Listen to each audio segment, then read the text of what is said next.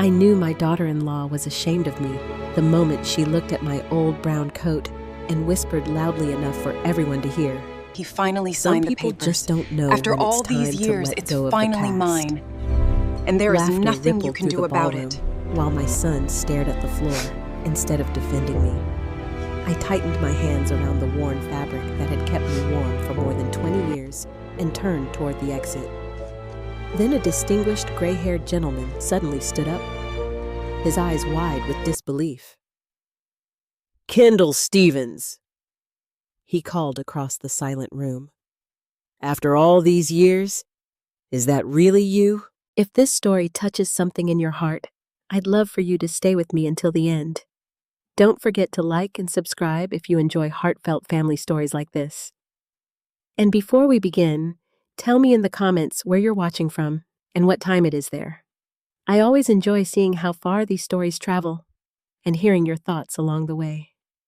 My name is Kendall Stevens, and for most of my life, I believed there was dignity in being ordinary. Not invisible, not weak, ordinary. I lived in a small white house on the edge of Millbrook, Ohio, where the winters came in sharp and the summers smelled like cut grass, tomato vines, and rain on warm pavement. My house was not impressive by the standards my daughter-in-law cared about. It had a narrow front porch, faded blue shutters, and a kitchen floor that creaked in 3 places, no matter how softly you walked across it. But it was mine. Every dent in the wall, every worn corner of the dining table, every uneven board on the porch carried a memory of the life I had built with my late husband, Thomas. Thomas had been gone for almost 9 years by the time that gala happened. Some days I still expected to hear him in the hallway clearing his throat before asking Kenny, "Did you move my reading glasses again?" He was the only person who ever called me Kenny. After he died, that name seemed to go into the ground with him. I kept many of his things, though, not because I could not move on. I kept them because love does not always disappear just because a person does. His old coffee mug stayed on the second shelf. His Bible stayed beside my bed. His brown wool coat, the one with the frayed cuffs, and one slightly crooked button, stayed in the front closet. That coat was the one Vanessa would later laugh at. To anyone else, it was just an old coat, too plain, too worn, too outdated for a fancy ballroom filled with polished silverware and women wearing dresses that cost more than my monthly grocery bill. But to me, that coat was the last Christmas gift Thomas had ever insisted on buying me. He had found it in a little shop in Cleveland during one of our last trips together. I told him not to waste money. He said, "It's not wasting money to keep my wife warm." Then he wrapped it around my shoulders right there in the store and smiled like he had given me diamonds. I wore it for him, not for fashion, not for status, for memory. My son Ethan used to understand that. When he was a boy, Ethan was gentle. He had Thomas's quiet eyes and my stubborn chin.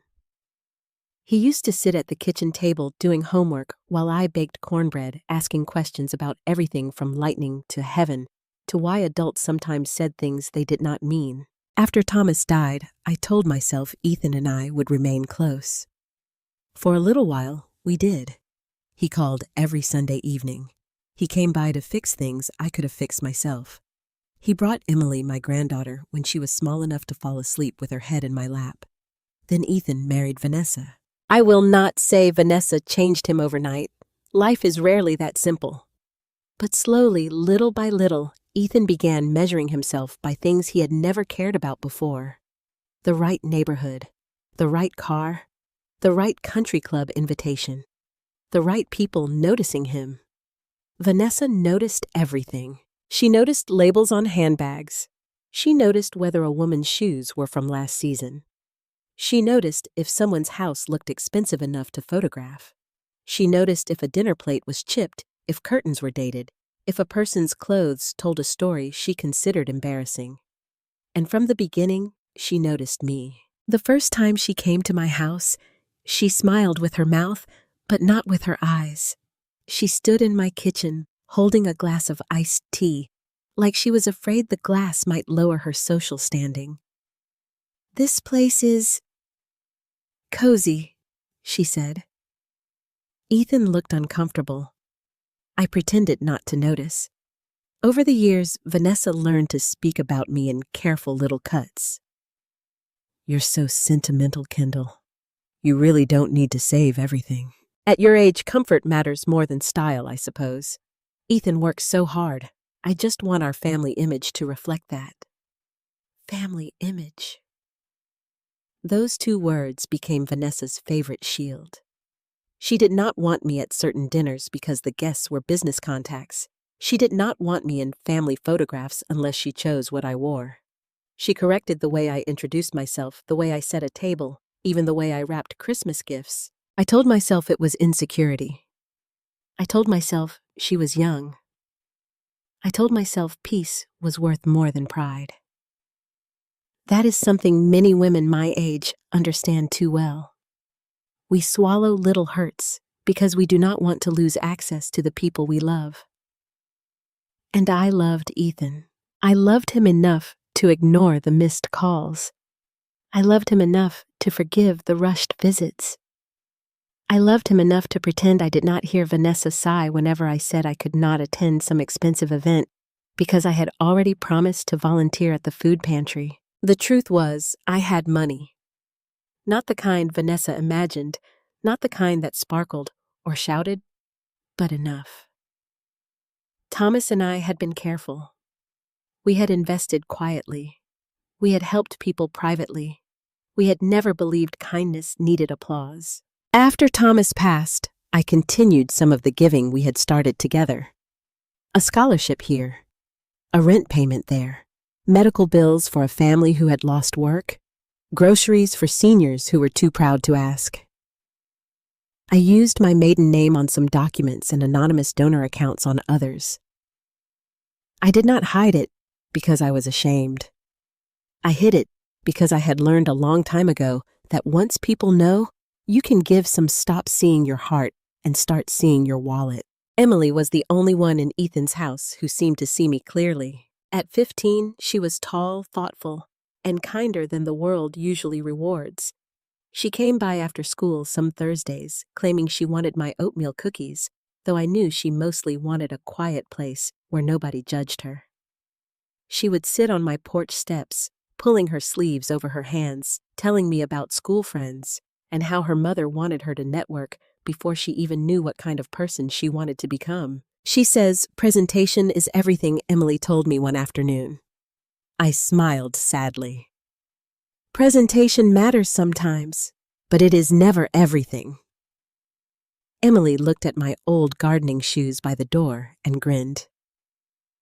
"Mom would faint if she saw those. Then we should keep them out for emergencies," I said. She laughed, and for a moment the house felt young again. That was the week before the invitation arrived. It came in a cream envelope with raised gold lettering, though Vanessa also called me twice to make sure I had received it. The event was a charity gala for the New Horizons Children's Fund, a cause Vanessa had recently attached herself to with impressive enthusiasm. "Kendall," she said over the phone, her voice bright and polished, "we'd love for you to come. It's very important for Ethan's professional circle to see that we're united as a family." United as a family, not because she wanted me there, because she wanted me seen. Still, my heart moved toward hope before wisdom could stop it. Maybe this was a new beginning. Maybe Vanessa was trying. Maybe Ethan had told her he missed having me around. Maybe Emily had begged them to include me. At my age, hope can be dangerous because it often wears the face of people who have hurt you before. I looked at the invitation for a long time after the call ended. Then I walked to the closet, opened the door, and touched Thomas's old brown coat. I did not yet know that coat would become the center of a humiliation I would never forget. I did not know Vanessa had already decided I would embarrass her. And I certainly did not know that the one thing she mocked most would be the very thing that made someone across that ballroom recognize me. The week before the gala, Vanessa called me almost every day. Not to ask how I was feeling, not to ask whether I needed a ride, not to ask if I was nervous about being around so many strangers. She called to manage me. On Monday morning, I was standing at my kitchen sink rinsing coffee cups when my phone buzzed beside the window. Vanessa's name appeared on the screen, neat and bright, like everything else about her. "Kendall," she said the moment I answered, "I just wanted to check what you're planning to wear Saturday night." I looked down at my old blue cardigan, the one with flour dust on one sleeve from the biscuits I had made that morning. "Well," I said lightly, "I wasn't planning to wear this." She gave a small laugh, but it was not the kind of laugh that invited you in. It was the kind that reminded you where you stood. "I'm serious. It's a formal gala. Cocktail attire at minimum. Most of the women will be in designer gowns." "I have a navy dress," I said. "Simple but nice." "How old is it?" I paused. Vanessa clothes don't expire like milk. There was silence for half a second. Then she sighed, soft and controlled. "I just don't want you to feel out of place." That was how she always said it. She dressed judgment up as concern and expected me to thank her for it. "I'll be fine. And shoes?" "I have black heels. Low heels? I am 68, not 98. Another pause. "Well, I just want everything to go smoothly." This night matters to Ethan. A lot of his senior partners will be there. The mayor might come. Richard Collins may even attend. I had not heard Richard Collins' name spoken in many years. For a moment, the kitchen seemed to shift around me. The faucet dripped once. Outside, a robin landed on the porch railing. "Richard Collins?" I asked. "You know who he is?" "I know of him," I said, carefully. Vanessa brightened, pleased to know something I apparently knew too. "He's very influential. A major donor. If Ethan makes the right impression, it could open doors." There it was, the truth beneath the invitation. This gala was not about hungry children or community outreach or generosity. Not for Vanessa. It was about doors. Who could open them? Who could stand beside her while they did? "I see," I said. "So please, Kendall, nothing too dated?" She did not say old. She did not have to. After we hung up, I stood in the kitchen with the phone still in my hand. I wanted to be angry. Maybe I should have been. But at first, all I felt was tired. There is a special kind of exhaustion that comes from being corrected by someone who has never taken the time to know you. That afternoon, Emily came by after school.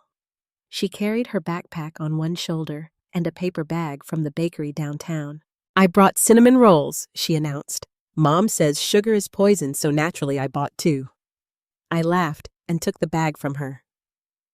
"Your mother is going to blame me. She already blames you for my personality."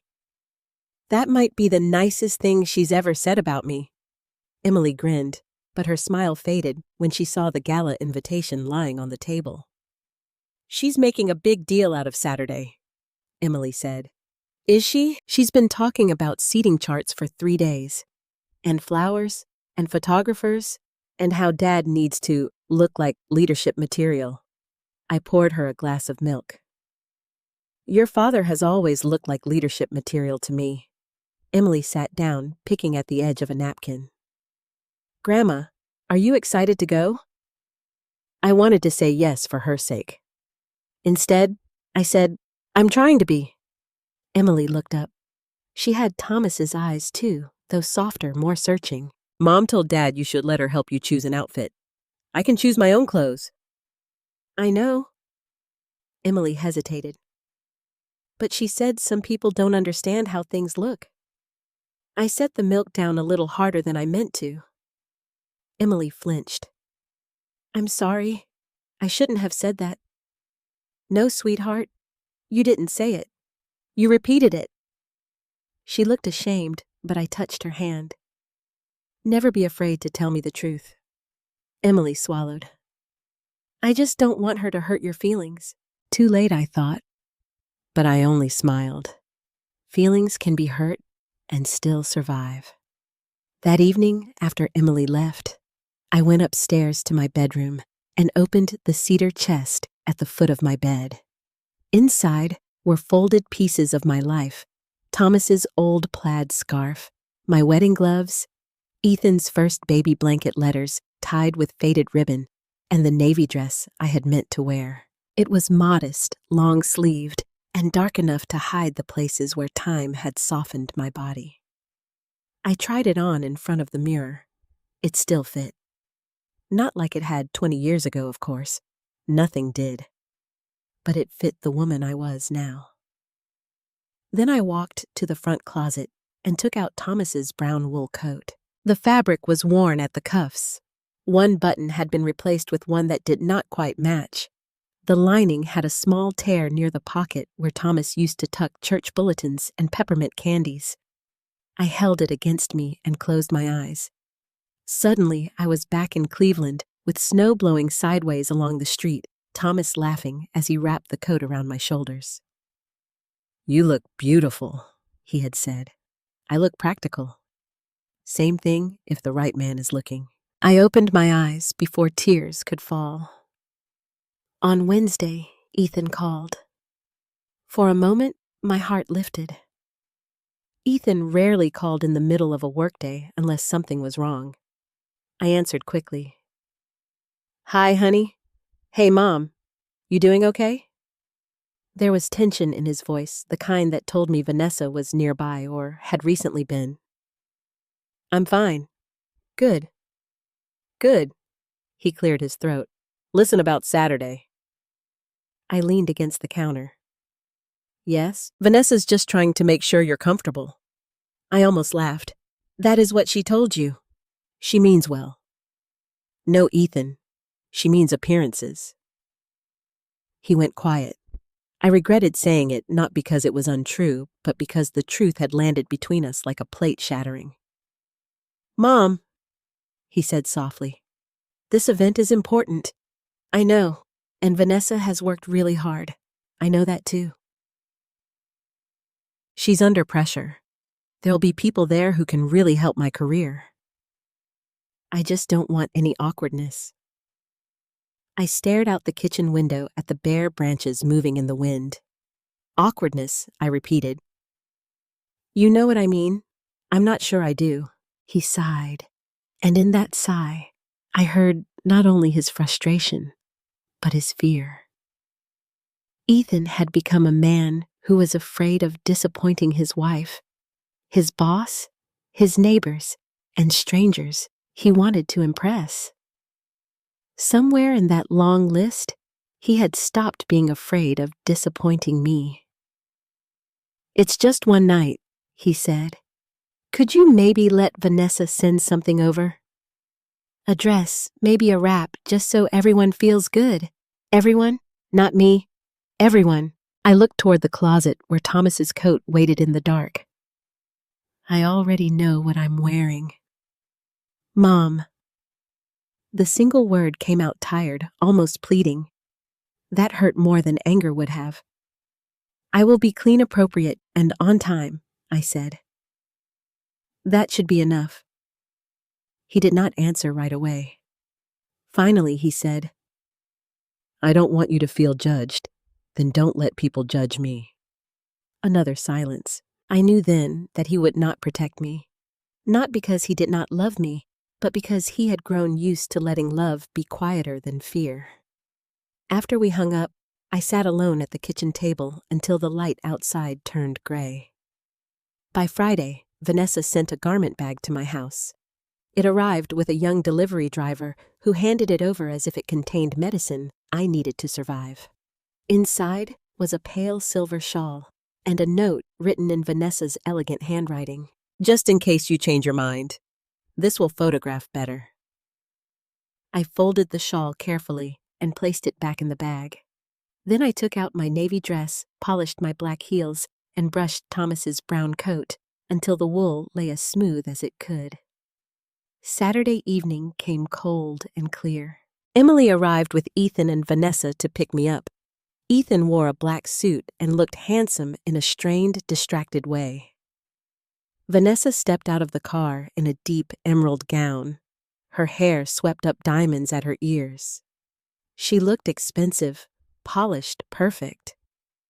Then she saw my coat. Her smile froze. For one small second, nobody spoke. Emily rushed forward first.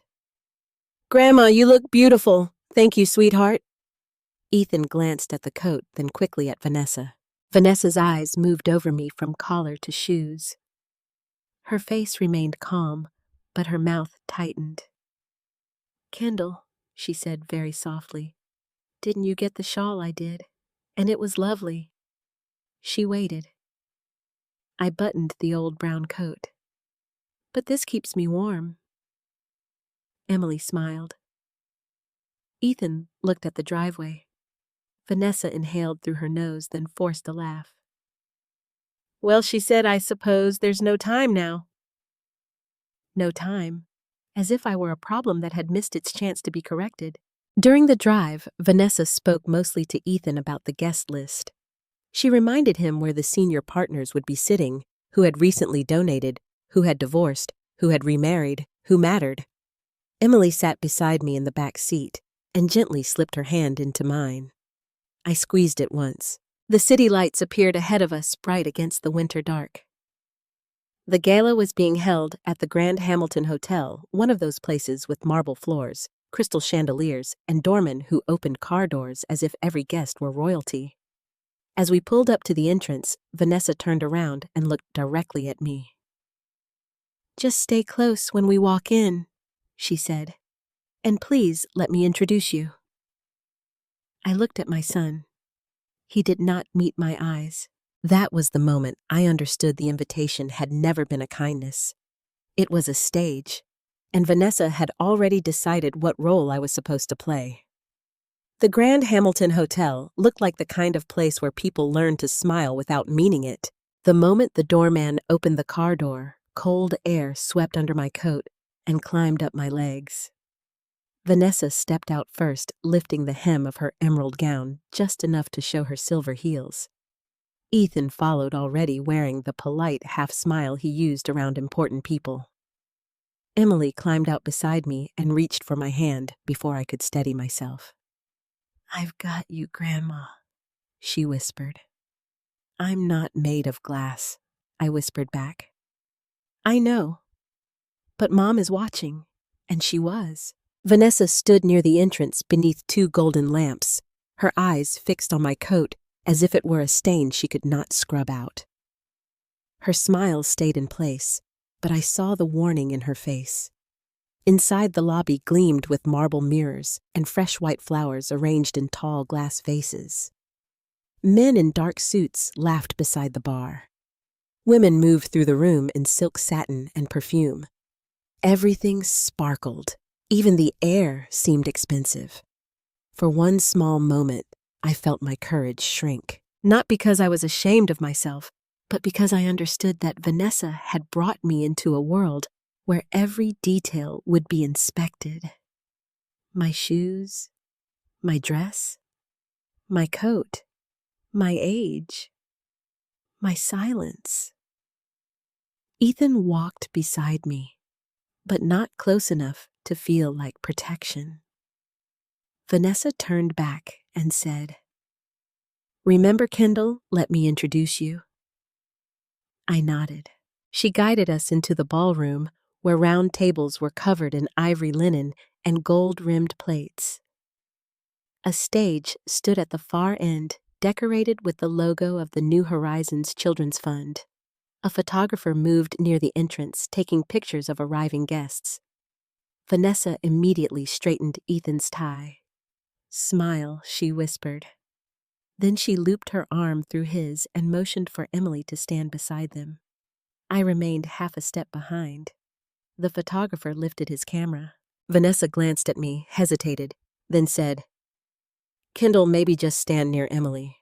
Not beside Ethan. Not beside her. Near Emily. I stepped into place. Emily moved closer to me, pressing her shoulder against mine in quiet loyalty. The camera flashed. For the next 20 minutes, Vanessa performed kindness with impressive skill. She introduced me to people as Ethan's mother, never as her mother-in-law.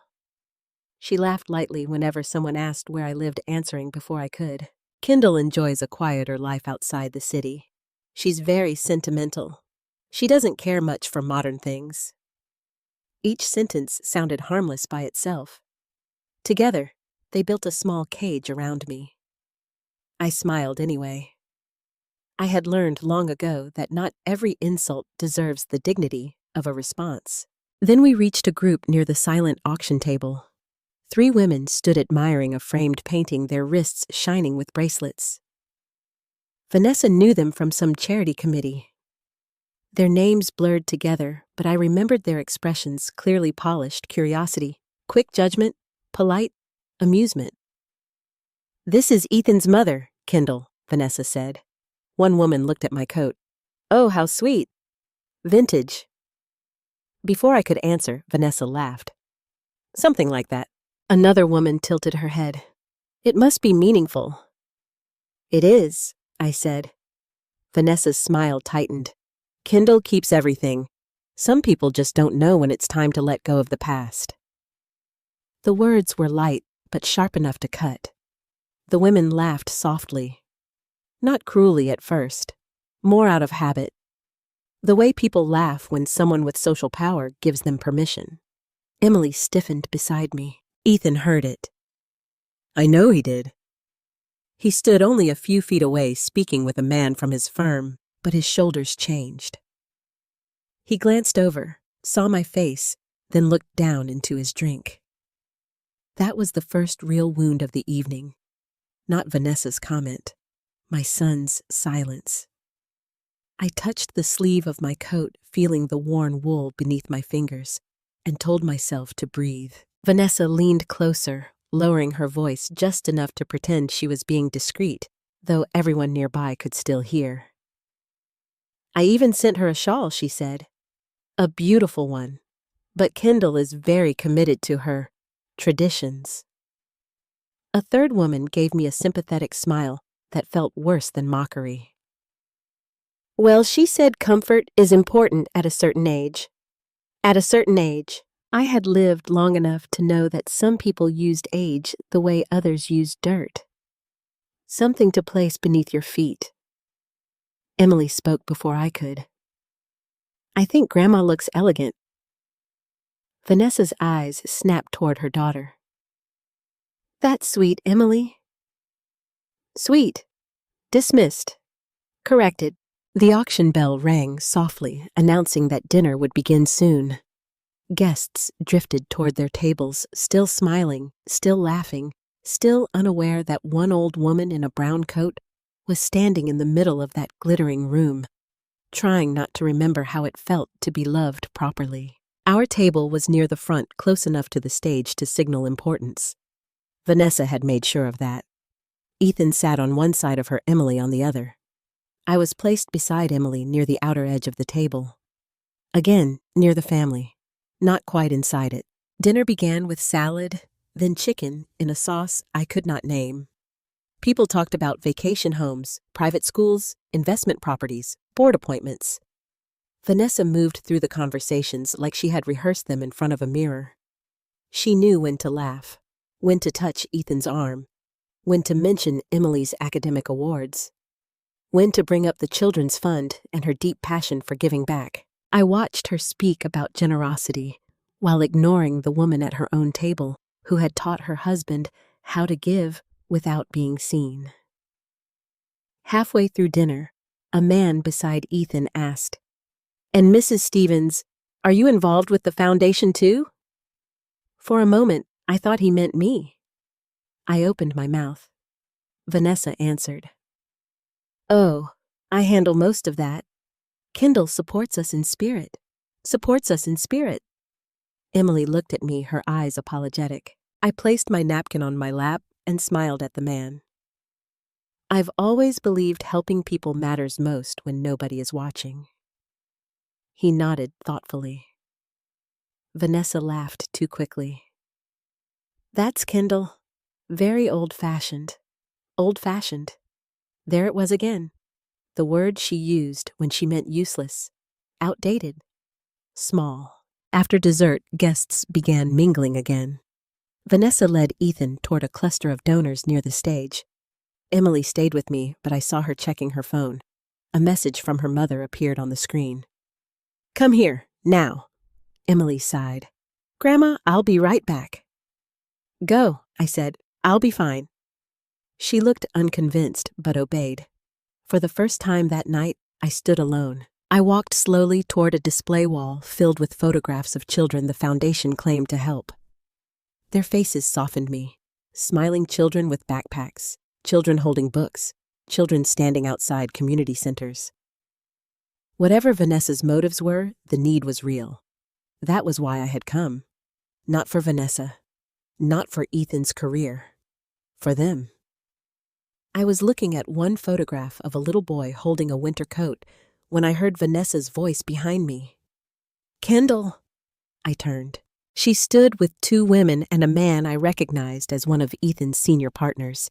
Ethan was beside her, tense but silent. There you are, Vanessa said. We were just talking about the importance of presentation. I already knew something unpleasant was coming. Some instincts return to women after years of being underestimated. The senior partner smiled politely. Your daughter-in-law says you're very attached to that coat. I touched the lapel. Yes, I am. Vanessa gave a little laugh. Attached is one word? Vanessa, Ethan said quietly. But it was not a warning. It was a plea for her to stay graceful, not a defense of me. She ignored him.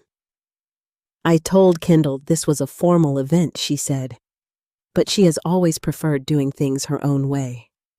The women exchanged glances. The senior partner looked uncomfortable. I felt heat rise in my face, but my voice stayed calm. This coat belonged to my husband.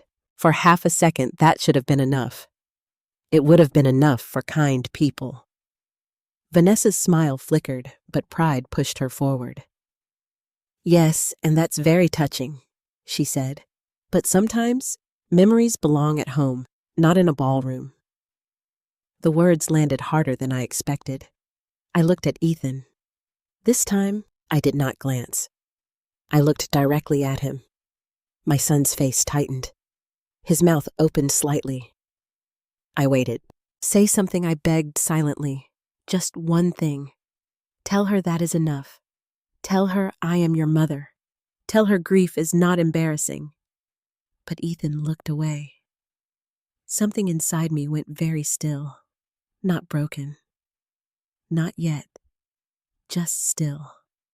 The kind of stillness that comes when your heart finally stops arguing with what your eyes have been seeing for years.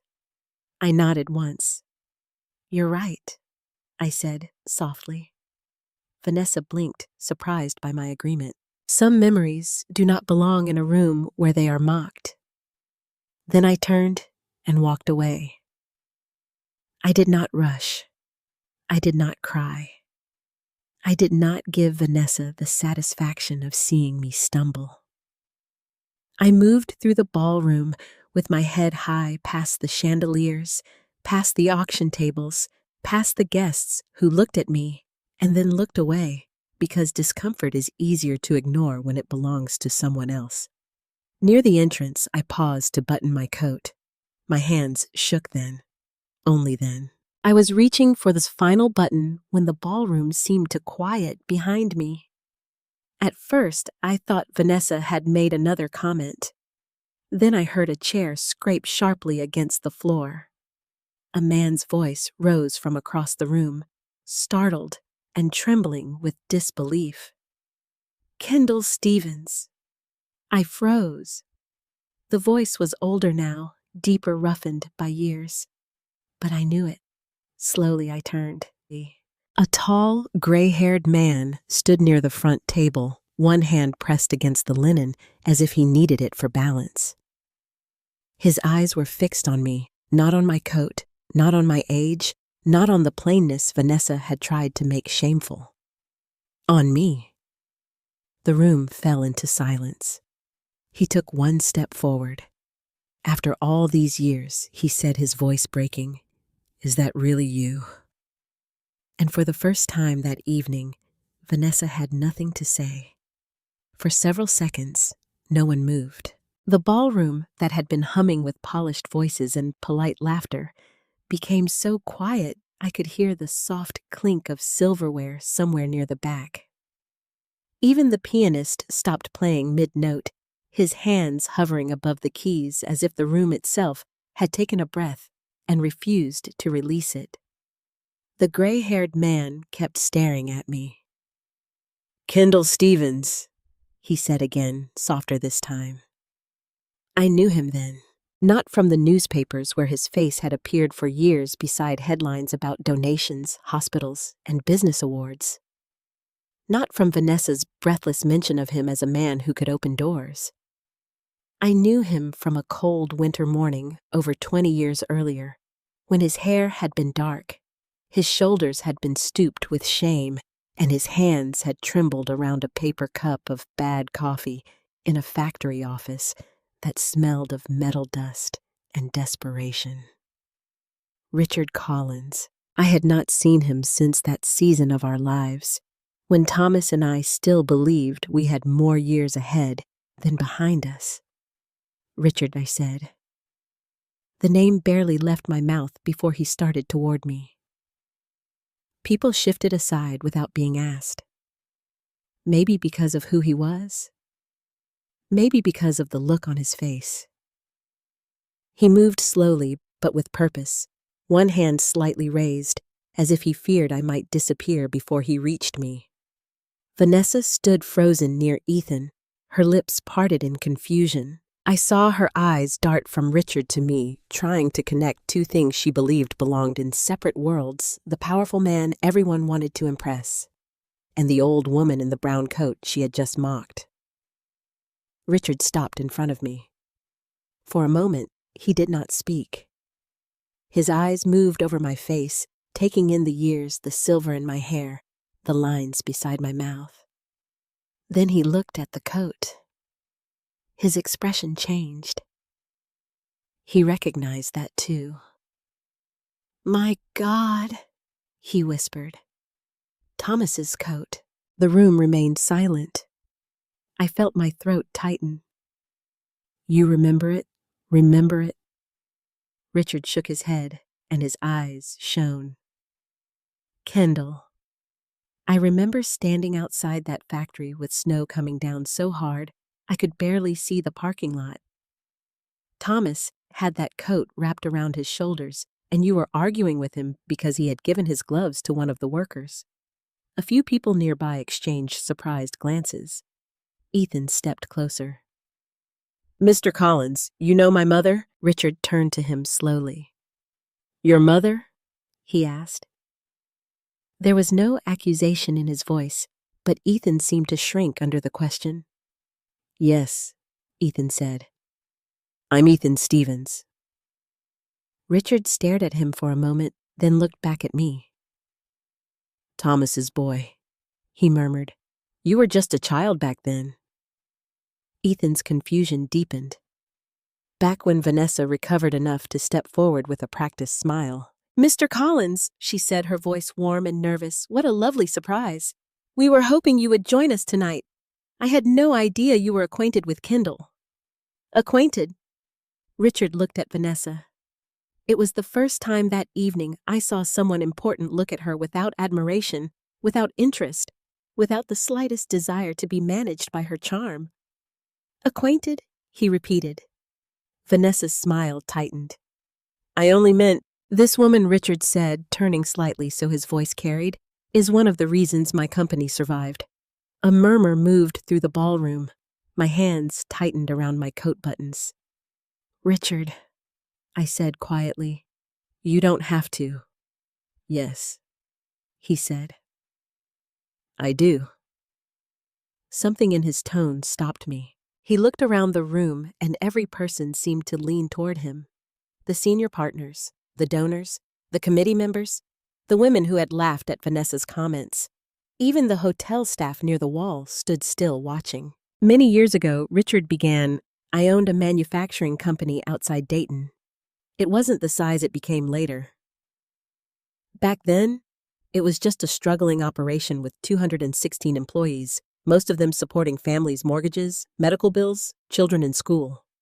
He paused, his jaw tightening. We were about to collapse. I could see it again as he spoke. The gray factory walls. The workers gathered in small groups. The fear in their faces when rumors started spreading that the plant would shut down before Christmas. Richard continued, banks had turned us away. Investors wanted control, not partnership. I had payroll due and no way to meet it. I had men and women coming into my office asking whether they should tell their kids there would be no Christmas that year. The room was no longer looking at Vanessa. They were looking at Richard, and then at me. I met Thomas Stevens through a supplier, Richard said. He listened when nobody else would. But it was Kendall who asked the questions that mattered. My heart pulled painfully at Thomas's name. She asked how many families would lose health insurance. She asked how many workers were over 50 and unlikely to find new jobs quickly. She asked whether the company could be saved without stripping dignity from the people who had built it. I remembered sitting beside Thomas at our kitchen table, papers spread everywhere, doing calculations long after midnight. Thomas believed in second chances. I believed in making sure second chances did not become traps. Richard looked at me with something deeper than gratitude. Thomas and Kendall helped arrange emergency financing when nobody else would touch us. Quietly, privately. No press, no plaques, no demands for recognition. Vanessa's face had gone pale. Ethan stared at me as though I had become a stranger. I wished he had known. I wished he had cared enough to ask who his parents had been before old age made us convenient to dismiss. Richard turned toward Ethan. Your father saved my business, he said. But your mother saved my conscience. The words struck harder than I expected, because that had been Thomas's way and mine too.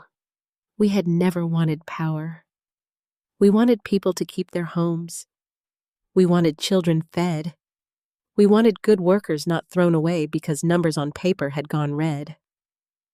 A woman near Vanessa whispered, I had no idea. Richard heard her. Most people didn't, he said. Because Kendall made sure of it. I found my voice. Thomas and I only did what we could. Richard smiled sadly. No, Kendall. You did what others refused to do. The attention was too much. I had spent years becoming comfortable in quiet rooms, in food pantry lines, in church basements, in places where gratitude came in handshakes and handwritten notes instead of applause. I looked toward Emily. Tears were running down her face. She was not embarrassed of me, not even a little. That steadied me. Vanessa stepped forward again, desperate now. Well, this is truly wonderful, she said, clapping her hands softly, as if she could turn the moment into part of her program. What an inspiring connection. Kendall has always been very humble about these things. Richard's eyes moved to her. Humble people usually are, he said. The comment was gentle, but the meaning landed.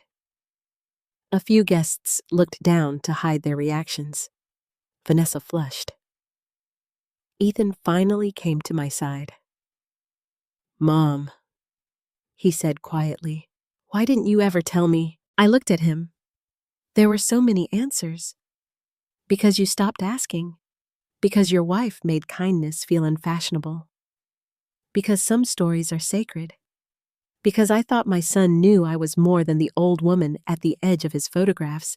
Instead, I said, you were young. And later, life got busy. He heard what I did not say. I could tell by the pain that crossed his face. Richard reached out and gently touched the sleeve of my coat. I remember Thomas wearing this the night we signed the bridge loan agreement, he said. He said the coat was lucky because you had picked it. Despite everything, I laughed softly. Thomas said many things when he wanted his way. Richard smiled, and for a moment the years fell back. Then his expression grew serious again. I also remember what you told me afterward. I stiffened. He did not repeat it immediately. Instead, he looked around the room at the chandeliers, the gowns, the expensive suits, the tables decorated in gold. You said, if you ever become rich from this second chance, make sure you remember the people who were cold when you were warm. Silence followed. Not empty silence, convicted silence. Richard's voice lowered. I have tried to live by that sentence for 23 years. I felt tears gather, but I blinked them back.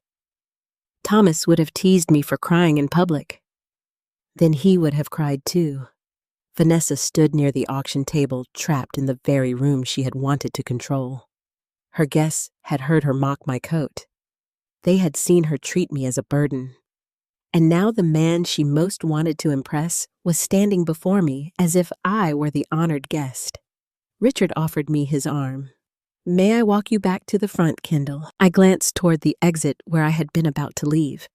Part of me still wanted to go home, to sit in my kitchen, to hang Thomas's coat back in the closet, to pretend the night had not cut as deeply as it had. But Emily was watching me with hope, and Ethan was watching me with shame, and Vanessa was watching me with fear. So I placed my hand gently on Richard Collins's arm. Yes, I said. I suppose I can stay a little longer. As we walked back into the ballroom, people stepped aside again. But this time, they did not look at my old coat with pity or amusement. They looked at it as if it had become evidence. And in a way, it had. Evidence of a life Vanessa had never bothered to understand. Evidence that dignity does not need silk to be seen. Evidence that the past she mocked had just walked into the present and taken its rightful place. Richard led me back toward the front of the ballroom as if I were someone important. That alone seemed to trouble Vanessa more than anything he had said. A few minutes earlier, she had been guiding the room with little smiles and careful introductions, moving people around like pieces on a board. Now the room had shifted without her permission. The attention no longer followed her emerald dress, her practiced laughter, or her polished charity language. It followed an old brown coat. It followed me. Richard stopped beside our table, but he did not sit down. Instead, he turned toward the guests, who had gathered near us, drawn by curiosity and the sudden possibility that the evening had become more interesting than the printed program promised. Kendall, he said gently, I hope you'll forgive me for speaking publicly, but some debts should not remain hidden forever. I looked at him and felt my chest tighten. Richard, it was a long time ago. That doesn't make it smaller. His words settled over me with a warmth I had not expected. Ethan stood a few feet away, pale and silent. Emily had come back to my side, her hand tucked through my arm. Vanessa hovered near Ethan, her face smooth again, but her eyes were restless. Richard touched the sleeve of my coat again. Most people here see an old coat, he said. I see the night a man stood beside his wife and helped save families he didn't even know. The ballroom grew still. I could feel all those eyes on me. But in that moment, I was not in the ballroom anymore. I was back in our kitchen more than 20 years earlier with Thomas sitting across from me under the yellow light. His sleeves rolled up his reading glasses low on his nose. The factory numbers had been terrible. Richard's company was days away from shutting down. Payroll could not be met. Insurance premiums were overdue. Suppliers had lost confidence. A bank officer had told him with polished regret that his company was not positioned for rescue. That phrase had haunted me. Not positioned for rescue, as if people had to stand in the right place to deserve help. Thomas came home that night with the file Richard had given him. He was supposed to look at it as a favor, nothing more, but Thomas was never good at looking at suffering from a safe distance. "Kenny," he said, tapping the papers, "if this plant closes, it won't just be a business failure. It'll break a town." I remembered pouring him coffee and sitting down beside him. "Then we look closer," I said. "We looked until after midnight, then the next night, then the next." Thomas understood machinery contracts and suppliers. I understood people budgets and the small ways families collapsed when one paycheck disappeared.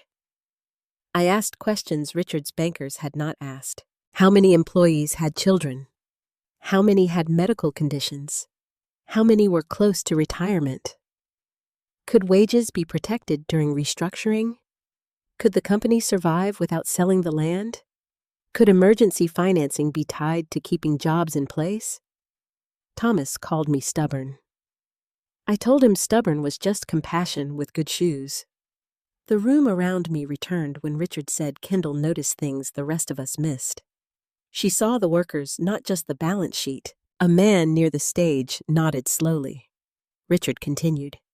She and Thomas helped create a private bridge loan with conditions most investors would have laughed at. No layoffs for 90 days. Full medical coverage maintained. Worker pensions protected. Executive bonuses frozen until payroll stabilized. Someone whispered, "That's extraordinary." I lowered my eyes. It had not felt extraordinary then. It had felt necessary. "We did not do it alone," I said. "No," Richard agreed. "But you were the reason it was done right." Vanessa's expression flickered. Until that moment, I do not think she had ever imagined that plainness could hide power. To her, money had always announced itself. It arrived in black cars, designer labels, expensive watches, and names printed on donor walls. She had never understood the kind of money that moved quietly so people could keep their dignity. Richard looked toward Ethan. "Your father wore this coat that night because the heat in my office had been turned down to save money." I apologized for the cold, and he laughed. He said, "My wife bought me this coat, and Kendall never wastes money on anything that doesn't last." A small laugh moved through the room. I smiled despite myself. That sounds like Thomas. Richard's face softened. Then before he left, he took the coat off and gave it to one of my night supervisors. The man's furnace had broken at home, and he had been working double shifts to pay for repairs. I remembered that too. Thomas came home without the coat, shivering and pretending he was not cold. I scolded him for nearly catching pneumonia. He kissed my forehead and said, "That man needed warmth more than I needed wool." 2 weeks later, the supervisor returned the coat cleaned and folded with a note tucked inside the pocket. "Thank you for treating us like people." I still had that note in my cedar chest. Richard's voice grew quieter. That was the kind of people Kendall and Thomas were. They gave without making you feel small. Emily wiped her cheek. Ethan stared at the floor. I wondered if he remembered any of it. He would have been young, busy with school baseball friends and the selfish innocence children are allowed to have. He had known his father as a man who came home tired, fixed bicycles, grilled hamburgers, and sang badly in church. He had not known Thomas as the man who quietly signed papers that saved strangers from ruin. Maybe that was partly my fault. After Thomas died, I had protected the past so fiercely that I had locked even my son out of parts of it. But then again, Ethan had stopped knocking. Richard turned to the room again. The company survived, not immediately, not easily, but it survived. And when it finally became profitable, I remembered what Kendall told me. I felt my face grow warm. He smiled at me. She told me, "If you ever have enough, don't build a throne. Build a longer table." A low murmur moved through the guests. That sentence had been Thomas's originally. I had repeated it to Richard because I believed it. Thomas believed no blessing belonged entirely to the person holding it. If your table was full, you looked for another chair. Richard nodded toward the photographs on the display wall. That is why I began funding children's programs. That is why I supported community clinic school lunch initiatives, emergency housing grants. Because 2 people in an old kitchen in Ohio reminded me that success without memory becomes arrogance. The word arrogance seemed to land directly on Vanessa. She looked down at her champagne glass. For the first time all night, she seemed smaller than her dress. One of the women who had laughed earlier stepped forward. Her cheeks were flushed. "Mrs. Stevens," she said softly. "I'm sorry. I didn't know. It was such a simple sentence. I didn't know. People use it often after they have been careless. Sometimes it is true. Sometimes it is an excuse. But as I looked at her face, I saw real embarrassment there, and perhaps a little shame. I gave a small nod. Now you do." She lowered her eyes. Vanessa tried to smile again. "This is such a touching story. Kendall, you really should have shared this with us sooner." There it was, a tiny turn of blame. As if my silence had caused her cruelty. As if she would have respected me if only I had provided credentials first. Richard's gaze sharpened. Respect should not require a resume. The words cut through the room cleanly. Vanessa's smile died. Ethan finally looked at her. Really looked at her. Not as a husband smoothing over tension, but as a man seeing the shape of something he had helped allow. I saw fear in Vanessa's eyes then. Not fear of me. Fear of exposure. Because humiliation had been safe when she controlled it. She could mock an old coat if everyone agreed it was laughable. She could reduce me to an embarrassment if nobody important objected. But Richard had objected, not loudly, not cruelly, truthfully. And truth is far more dangerous to people who live by appearances than anger ever is. Emily squeezed my arm. "Grandma?" she whispered. "I'm so proud of you." I looked down at her, and the ache in my chest loosened. "Thank you, sweetheart." Richard pulled out the chair beside him at the front table. "Please sit with me for the rest of the evening." Vanessa's head snapped up. That seat had clearly been meant for someone important. Perhaps a donor. Perhaps someone she had spent weeks trying to impress. I looked toward my original seat at the edge of Ethan's table. Then I looked at Ethan. He swallowed, his face filled with regret. He had not yet earned the right to speak. "Mom," he said softly. I waited. He glanced at Vanessa, then back at me.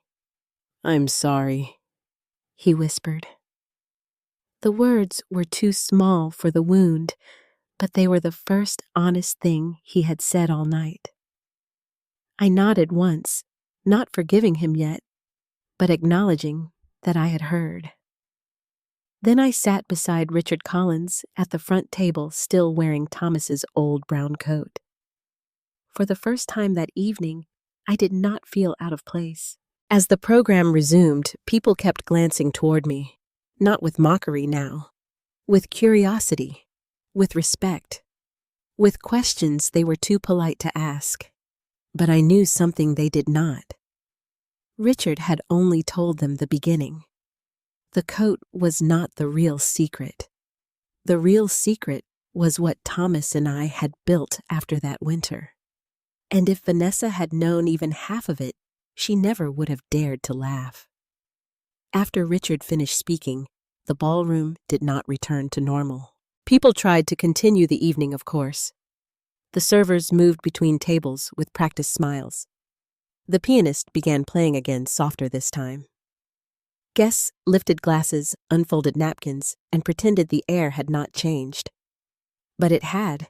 I could feel it in the way people looked at me. Before, their eyes had slid over me quickly, deciding I was no one worth remembering. Now their eyes lingered. Some looked curious. Some looked ashamed. Some looked almost hungry for a story they had missed. Vanessa noticed every glance. She stood near the edge of the front table holding her champagne glass so tightly, I wondered if it might crack. Her lips formed a smile whenever someone looked her way, but her eyes kept moving between Richard and me. She was calculating. I had seen that look before in people who feared losing control. They did not think first about the person they had hurt. They thought about who had witnessed it. Richard pulled the chair beside him closer for me. "Are you comfortable, Kendall?" "I'm fine," I said. "You always say that." I gave him a small smile. "And most of the time, I mean it." He chuckled gently, but there was sadness in his eyes. "Thomas used to say you could bleed quietly and still ask if everyone else had enough coffee." That nearly undid me. I looked down at the tablecloth. "Thomas talked too much. He talked about you like you hung the moon." I swallowed and touched the cuff of the coat. Across the room, Vanessa approached one of the women who had laughed at me earlier. She leaned in, speaking quickly, softly. The woman nodded, but her eyes flicked toward me with discomfort. Vanessa touched the woman's arm, gave a little laugh, then moved to another guest. "Damage control." That was what she called kindness, when kindness came too late. Emily sat on my other side. Richard had insisted she join us, and when Vanessa tried to object with a tight smile, Emily simply picked up her water glass and moved before her mother could finish the sentence. I admired that. At 15, she had more courage than many grown people in that room. Grandma Emily whispered, "Did Grandpa really help save all those jobs?" "Yes," I said. "He did. And you helped him. We helped each other." Why didn't Dad know I looked toward Ethan? He stood near the stage, speaking with one of his senior partners, but he kept glancing back at me. Not proudly, not comfortably. He looked like a man who had discovered a locked room in his own childhood home. He knew pieces, I said, but not everything. Emily frowned. He should have asked. There was no bitterness in her voice, only the blunt justice of youth. "Yes," I said softly. Maybe he should have. Before she could say more, Richard leaned forward. "Kendall, there's someone here I want you to meet again." "Again!" The word made me look up. A man in his early 60s stood near Richard's chair, holding a leather folder against his chest. He had a round face, silver hair, and kind eyes that looked familiar in the distant way old photographs do. "Kendall Stevens," he said, his voice thick with emotion. "You probably don't remember me." I studied him for a moment. Then I saw it. The young night supervisor. The man Thomas had given his coat to. The one whose furnace had broken. The one who had written the note I still kept in my cedar chest. "Daniel?" I asked. His face broke into a smile. "Daniel Brooks," he said. "Yes, ma'am." I stood, and before I knew it, he took both my hands in his. "I thought that was you when you walked in," he said. "But I wasn't sure. Then I saw the coat." The coat again. All evening, Vanessa had treated it like a flaw. Now it had become a key unlocking rooms full of memory. "I still have your note," I said. Daniel's eyes filled. "You do?" "In my cedar chest."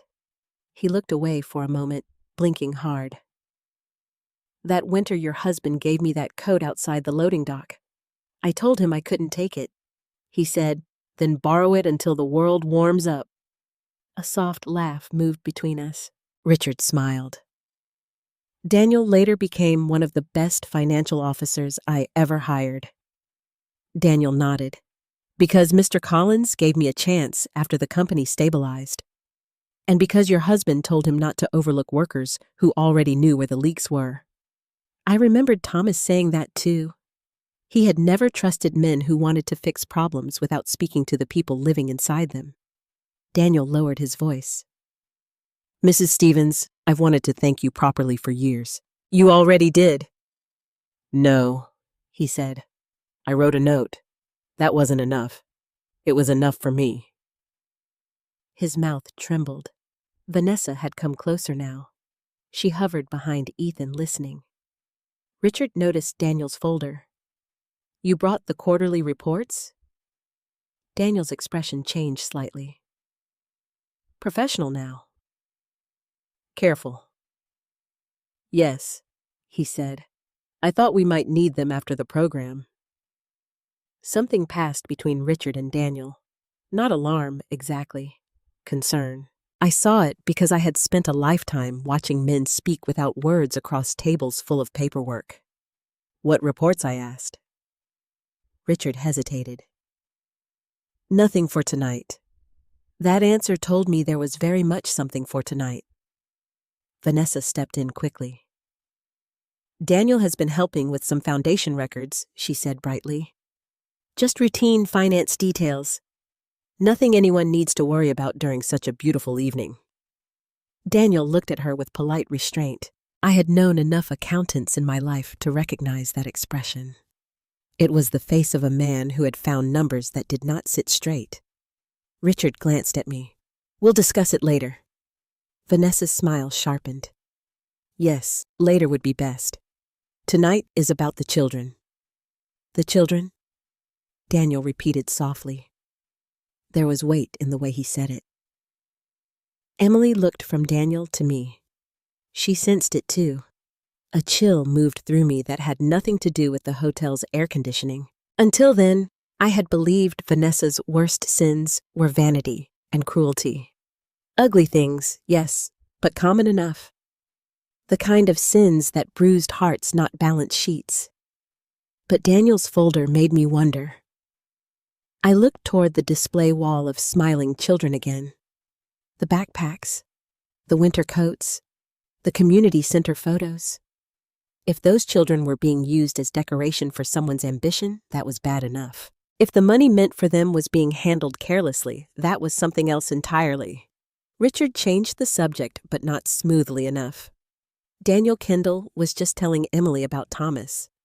Daniel smiled, but his hand tightened around the folder. "Mr. Stevens was the finest man I ever met." Vanessa laughed lightly. "It seems Kendall has been hiding quite a legacy from all of us." I turned toward her. For once, I did not soften my voice. "Some legacies are not hidden, Vanessa. They are simply ignored by people who do not value them." The table went silent. Vanessa's face flushed. Ethan's eyes widened slightly. Emily looked down, hiding the smallest smile. Richard did not hide his. Vanessa recovered after a moment. "I didn't mean anything by it. That has always been your defense," I said. "But meaning nothing does not make words harmless." Her lips parted, then closed. For years, I had allowed little insults to pass by me like cold drafts under a door. That night, something had shifted. Not because Richard recognized me.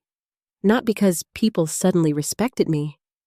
Because I finally saw how much I had participated in my own shrinking by keeping peace with people who mistook peace for permission. Ethan stepped closer. "Mom, maybe we should all just—" "No," I said gently. "Not now." He stopped. I did not say it cruelly. I did not want to humiliate him. But I needed him to understand that after years of silence, his first instinct could not be to quiet me again. Vanessa looked around and realized several people had heard. Her eyes hardened for a second before the smile returned. "Well, she said I should check on the program." She turned and walked away, her emerald gown trailing behind her, like a flag from a defeated country. Daniel watched her go. Then he leaned toward Richard and spoke low enough that most people could not hear, but I did. "We need to talk before the award presentation." Richard's face darkened. How bad Daniel glanced at me, then at Emily, then back at Richard. "Bad enough that I don't want my name attached to the final report unless it's corrected." My stomach tightened. Richard nodded once. "After the next segment." Daniel walked away with the folder tucked under his arm. I sat back down slowly. Richard looked at me. Kendall, tell me the truth, I said. His eyes softened with regret. I don't know all of it yet, but you suspect something. Yes. I looked across the ballroom at Vanessa, who now stood near the stage speaking to the event coordinator. She was smiling again, perfect again, untouched from a distance. But distance is where people like Vanessa looked best. Up close, the cracks were beginning to show, and for the first time that night, I understood Richard had recognized more than my face. He had recognized a witness. The applause started slowly. At first, it was just a few polite claps from people who weren't entirely sure what they were applauding. Then more hands joined in. Then more, until the entire ballroom filled with the sound of recognition that had arrived too late, but had arrived nonetheless. Richard stood and gestured gently toward me. This evening, he said, was meant to honor generosity. But sometimes, generosity doesn't come dressed for the occasion. A ripple of soft laughter moved through the room, but this time it was warm, not cruel. And sometimes he continued, the people who deserve recognition the most are the ones who never asked for it. He looked at me, and I felt something shift inside my chest. Not pride, something quieter, something like being seen. I would like, Richard said, to ask Kendall Stevens to stand. I hesitated. For a moment, the old instinct rose again, the instinct to remain small, to sit quietly, to let others take the spotlight. That instinct had protected me for years, but it had also allowed people like Vanessa to mistake silence for insignificance. Emily nudged my arm. Grandma, she whispered, please. I stood. The applause grew louder. I could see faces, now faces that had once dismissed me, now looking with a kind of startled respect. Faces that had laughed at Vanessa's comment, now avoiding my eyes. Faces that wanted to rewrite their own behavior in the safety of hindsight. Vanessa clapped too. Of course she did. Her smile was flawless again, her posture straight, her expression supportive. Anyone who had walked into the room at that moment would have believed she had always admired me. But I had heard her, and so had others. Applause cannot erase memory. Richard raised his hand, and the room quieted. Kendall, he said, would you allow me to share one more thing? I looked at him carefully. You've already shared more than I'm comfortable with. A few people chuckled softly. Richard nodded. I understand. But this part is important for a different reason. That tone again. Not nostalgic. Serious. I felt the same chill I had felt when Daniel spoke about the reports. All right, I said slowly. Richard turned toward the audience. For the past few years, he said, this foundation has grown quickly. Larger events, larger donations, larger promises. Vanessa's smile tightened. But growth, Richard continued, should never come at the cost of integrity. The word hung in the air like a warning bell. A few heads turned toward Vanessa now. I saw her grip her glass again just as tightly as before. Kendall has always believed Richard said that generosity must be honest, that every dollar given in trust must reach the people it was meant to help. Daniel stepped forward quietly, standing beside the stage, now the leather folder in his hands. Vanessa took a step toward Richard.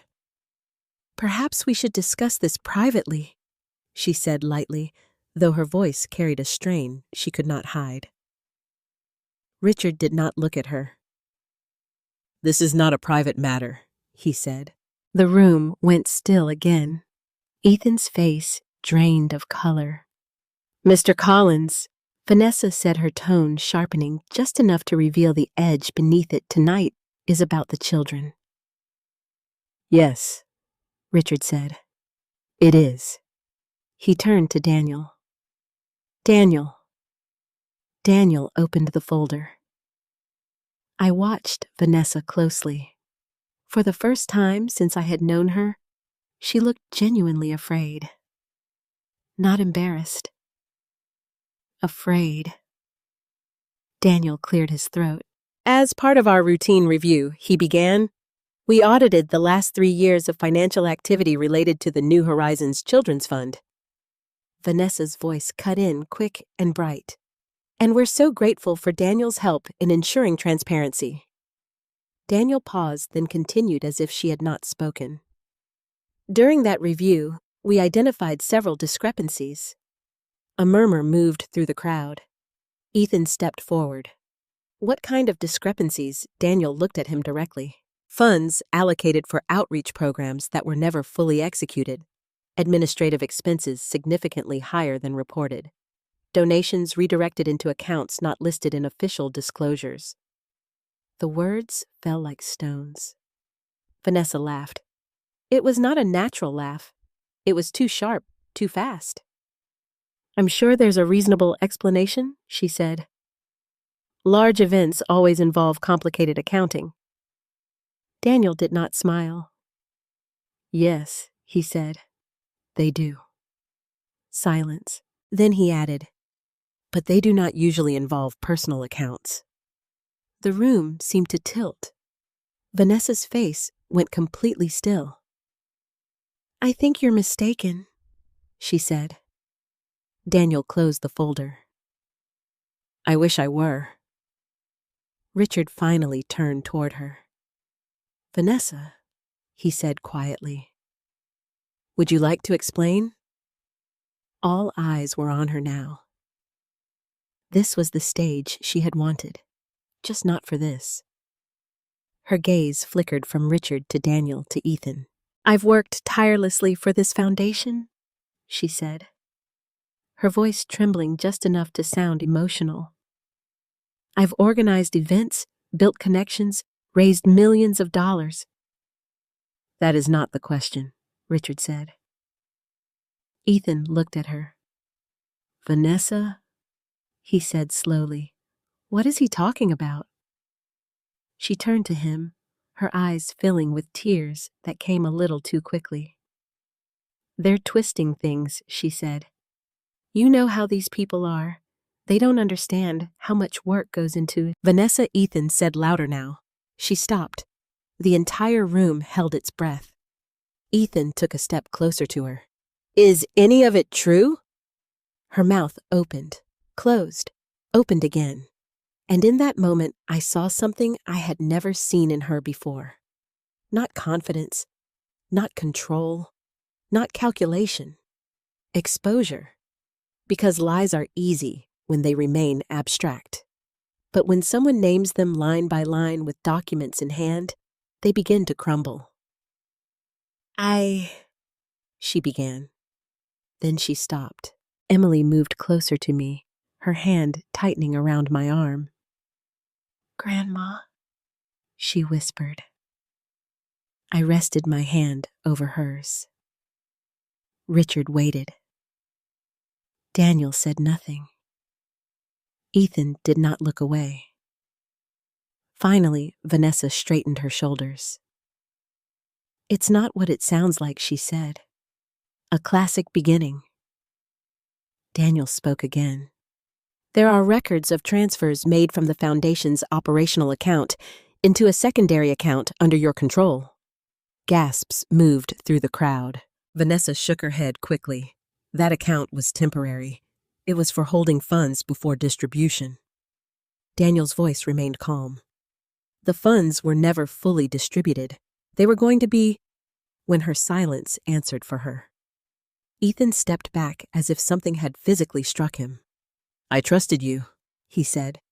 Vanessa turned toward him, desperate now. I did this for us, she said. For our future. For your career. For everything we've built. At the expense of children, he asked. Her face crumpled. No, she said weakly. I would never, but the words did not land. Because everyone in that room had just heard what she had done. And for the first time that night, I did not feel small. I did not feel invisible. I did not feel like the woman in the wrong place wearing the wrong coat. I felt exactly where I was supposed to be, watching truth unfold and realizing that sometimes the people who mock you are not stronger than you. They are simply louder until someone speaks louder than their lies. I looked at Vanessa. She had mocked my coat, but she had never understood what it meant. It meant we helped people without taking from them. It meant we gave without stealing credit. It meant we built quietly, honestly, and without fear of being seen for who we were. And now, in a room full of people who had once judged me, that difference could no longer be hidden. The room did not recover this time. There was no polite applause to smooth things over, no music to distract, no laughter to hide behind. The truth had settled too deeply for that. It sat in every chair, hovered over every table, pressed against every carefully arranged smile, until the entire evening felt like something fragile that had already begun to crack. Vanessa stood frozen where Daniel had left her. For someone who had spent years controlling how others saw her, she suddenly looked exposed in a way no amount of elegance could fix. Her emerald dress, her diamonds, her perfect posture, all of it seemed to belong to a different woman now. A woman who had been admired just minutes ago. A woman who had not yet been questioned. Ethan took a step toward her. "Vanessa," he said quietly, "tell me this isn't true." His voice didn't sound like anger. It sounded like someone trying to hold on to something already slipping away. Vanessa shook her head quickly, tears spilling down her cheeks. "It's not what they're saying," she insisted. "You have to understand, this foundation grew so fast. There were gaps. Temporary decisions. I was going to fix everything before anyone noticed, Ethan repeated. That was the wrong answer. I saw it in his face immediately, because that wasn't denial. That was confession disguised as justification. I was protecting us, Vanessa said, her voice breaking now. Do you know how much pressure I've been under? All those people, all those expectations. Everything had to look perfect. You had to look perfect. Our family had to look perfect. At the expense of children, Ethan asked again, louder this time. The question echoed. Vanessa flinched. I never meant to hurt anyone, she said. And there it was again, meaning. People like Vanessa always returned to intention, as if intention erased outcome. As if harm only counted when it was planned carefully instead of created carelessly. Richard spoke calmly. Intent does not change impact. Vanessa turned toward him, desperation overtaking her composure. You don't understand, she said. I built this event. I brought in donors. I created everything you see tonight. No, Richard said gently. You organized it. The correction was quiet, but devastating. You did not create generosity. You used it. A soft murmur moved through the room again. Vanessa's breath caught. For the first time, she looked directly at me. Not past me, not through me, at me. And in her eyes, I saw something new. Not superiority, not annoyance, recognition. Because suddenly, she understood what I had always been. Not just a quiet old woman she could dismiss. Not just a mother-in-law she could manage. A witness. A standard. Everything she had pretended to represent, I had lived, and she knew it. Emily tightened her grip on my arm. Grandma, she whispered, is she going to get in trouble? I looked down at her. Yes, I said softly. That's what happens when people break trust. Emily nodded slowly, processing it with the seriousness only a child still capable of clear moral thinking could have. Ethan took another step back from Vanessa. I need the truth, he said. Right now. Vanessa wiped her tears with shaking hands. I used some of the funds, she admitted, but it wasn't like you think. It was temporary. I needed liquidity. I had expenses. What expenses? Ethan demanded. Her silence stretched. The entire room leaned into it. Then she said it. The house renovation, the club membership, travel, networking, things that were supposed to help us grow. Ethan stared at her as if he no longer recognized the woman standing in front of him. You took money meant for children, he said slowly, to pay for appearances. Vanessa's voice rose defensively. It wasn't like that. It sounds exactly like that. Her hands shook harder now. You don't understand how important image is, she snapped. People give more when they believe in success.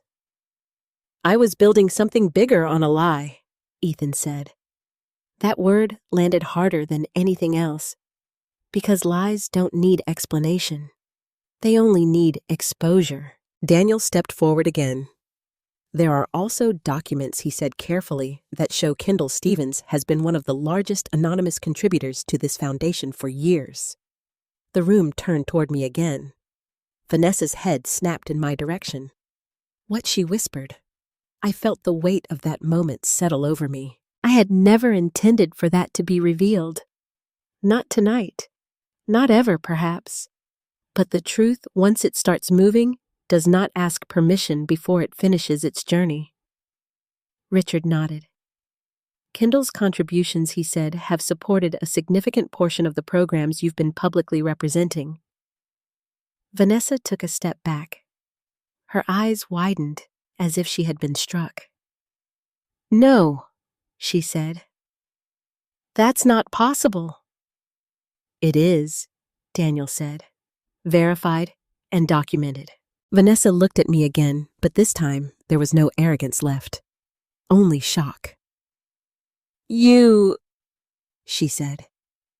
I met her gaze calmly. Yes. The silence that followed was different from the others. This one was heavier, because now the contrast was undeniable.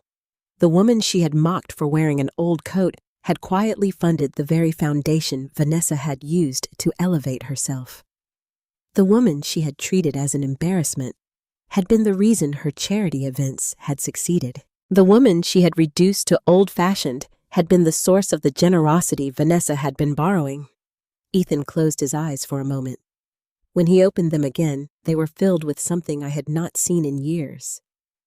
Clarity. You humiliated my mother, he said, his voice low and steady while standing on something she built. Vanessa shook her head, backing away. I didn't know, she said. That doesn't make it better, he replied. She looked around this room searching for support. No one moved, because now everyone understood the full picture, not just the fraud, the hypocrisy, the imbalance between what was shown and what was true. Vanessa's shoulders sagged. Her voice dropped.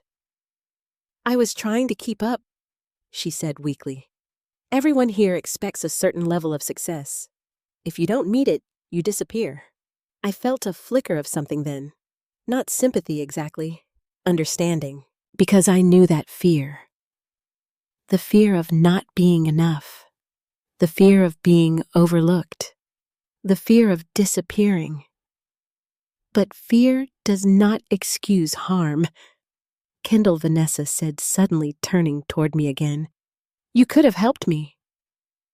The room held its breath. You knew how this worked, she continued.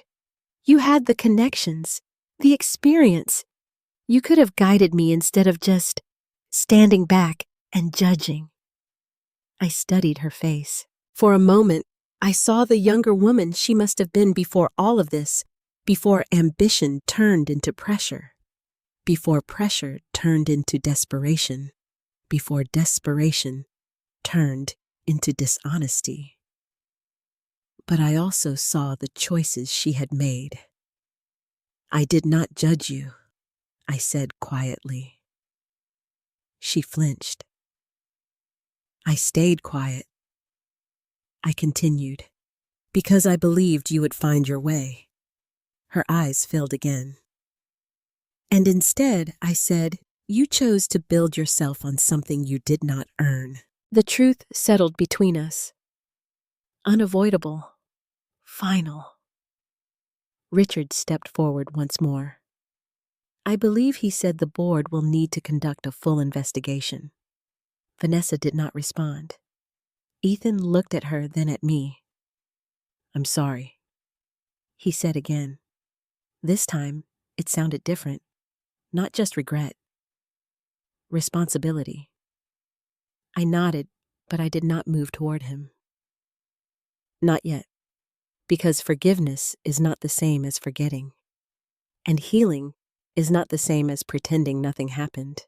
The night had started with laughter at an old coat. Now it stood in silence, watching a truth unfold that no one could ignore. And somewhere in the middle of that silence, I realized something important. The coat had never been the story. It had only been the beginning. The gala did not end. It unraveled.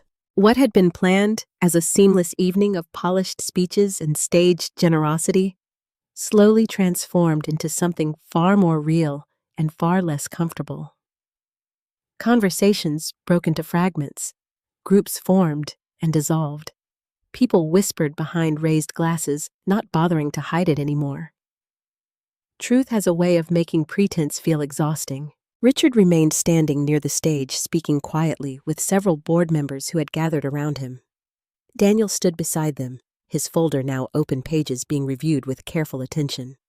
The weight of what had been uncovered was settling into something official, something that could not be undone with charm. Vanessa stood alone for a moment. That was the part that struck me the most. Not her tears, not her fear, her isolation.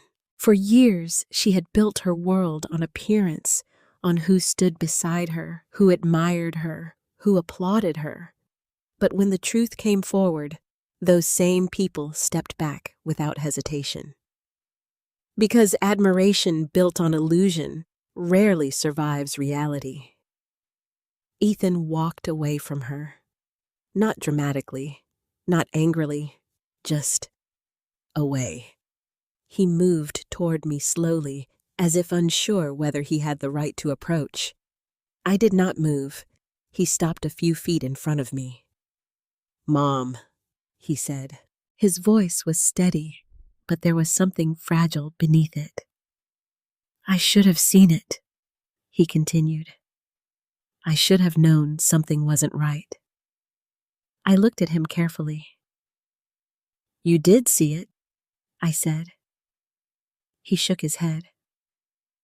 "No, I didn't." "Yes," I said gently. "You saw how she spoke to me. You saw how she treated people who didn't fit her idea of success. You just chose not to follow those things to their conclusion." He lowered his eyes. That truth hurt him more than the accusations against Vanessa. "I thought it was just personality," he said. "Just differences." "That's how it starts," I replied. "Small things we excuse because we don't want conflict." He let out a long breath. "I failed you," he said. The words hung between us. Not dramatic, not loud, but honest. I could have accepted them immediately. I could have softened, reassured him, told him everything was all right. But it wasn't. And pretending it was would only repeat the same pattern that had brought us here. "You hurt me," I said. He nodded. "I know, and you stood by while someone else hurt me." Another nod. "I know that too." Silence settled again, but this time it was not empty. It was necessary. "I'm sorry," he said again. This time I believed him, not because of the words, but because of what they cost him to say. "I hear you," I said. That was all I offered. Because forgiveness is not given in a single moment. It is built. Slowly. Emily moved closer to us, slipping her hand into Ethan's. "Dad," she said softly. He looked down at her, his expression softening. I didn't know, she added. But now we do. Ethan squeezed her hand. Yes, he said. Now we do. Across the room, Vanessa finally moved again. She walked toward us. Her steps were slower now, less certain. The confidence that had carried her through the evening was gone. In its place was something raw and unfamiliar. Accountability. When she reached us, she stopped a few feet away. No one spoke at first. Then she looked at me. I didn't know, she said quietly. It was the same sentence she had used earlier. But now it sounded different, less defensive, more hollow. I didn't know who you were, she continued. I didn't know what you had done. I held her gaze. That was never the problem, I said. She blinked. What do you mean? You didn't need to know my past to treat me with respect. The words were simple, but they stripped away her last defense. Vanessa's shoulders sagged. I was trying to belong, she said. In this world, with these people, everything feels like a competition. If you don't keep up, you disappear. I studied her face. I believed her, not her actions, but her fear, because I had seen that fear before in many forms. In young mothers who worried they weren't enough. In men who chased promotions they didn't even want. In families who stretched themselves thin to look successful while quietly falling apart. Fear of not belonging can make people do dangerous things. But again, fear is not permission. And so you took something that wasn't yours, I said. She nodded slowly. Yes. The word came out almost like a whisper. Ethan stiffened beside me. Vanessa turned to him. I thought I could fix it before anyone noticed, she said. I thought I could replace the money, make everything right. But you didn't, Ethan replied.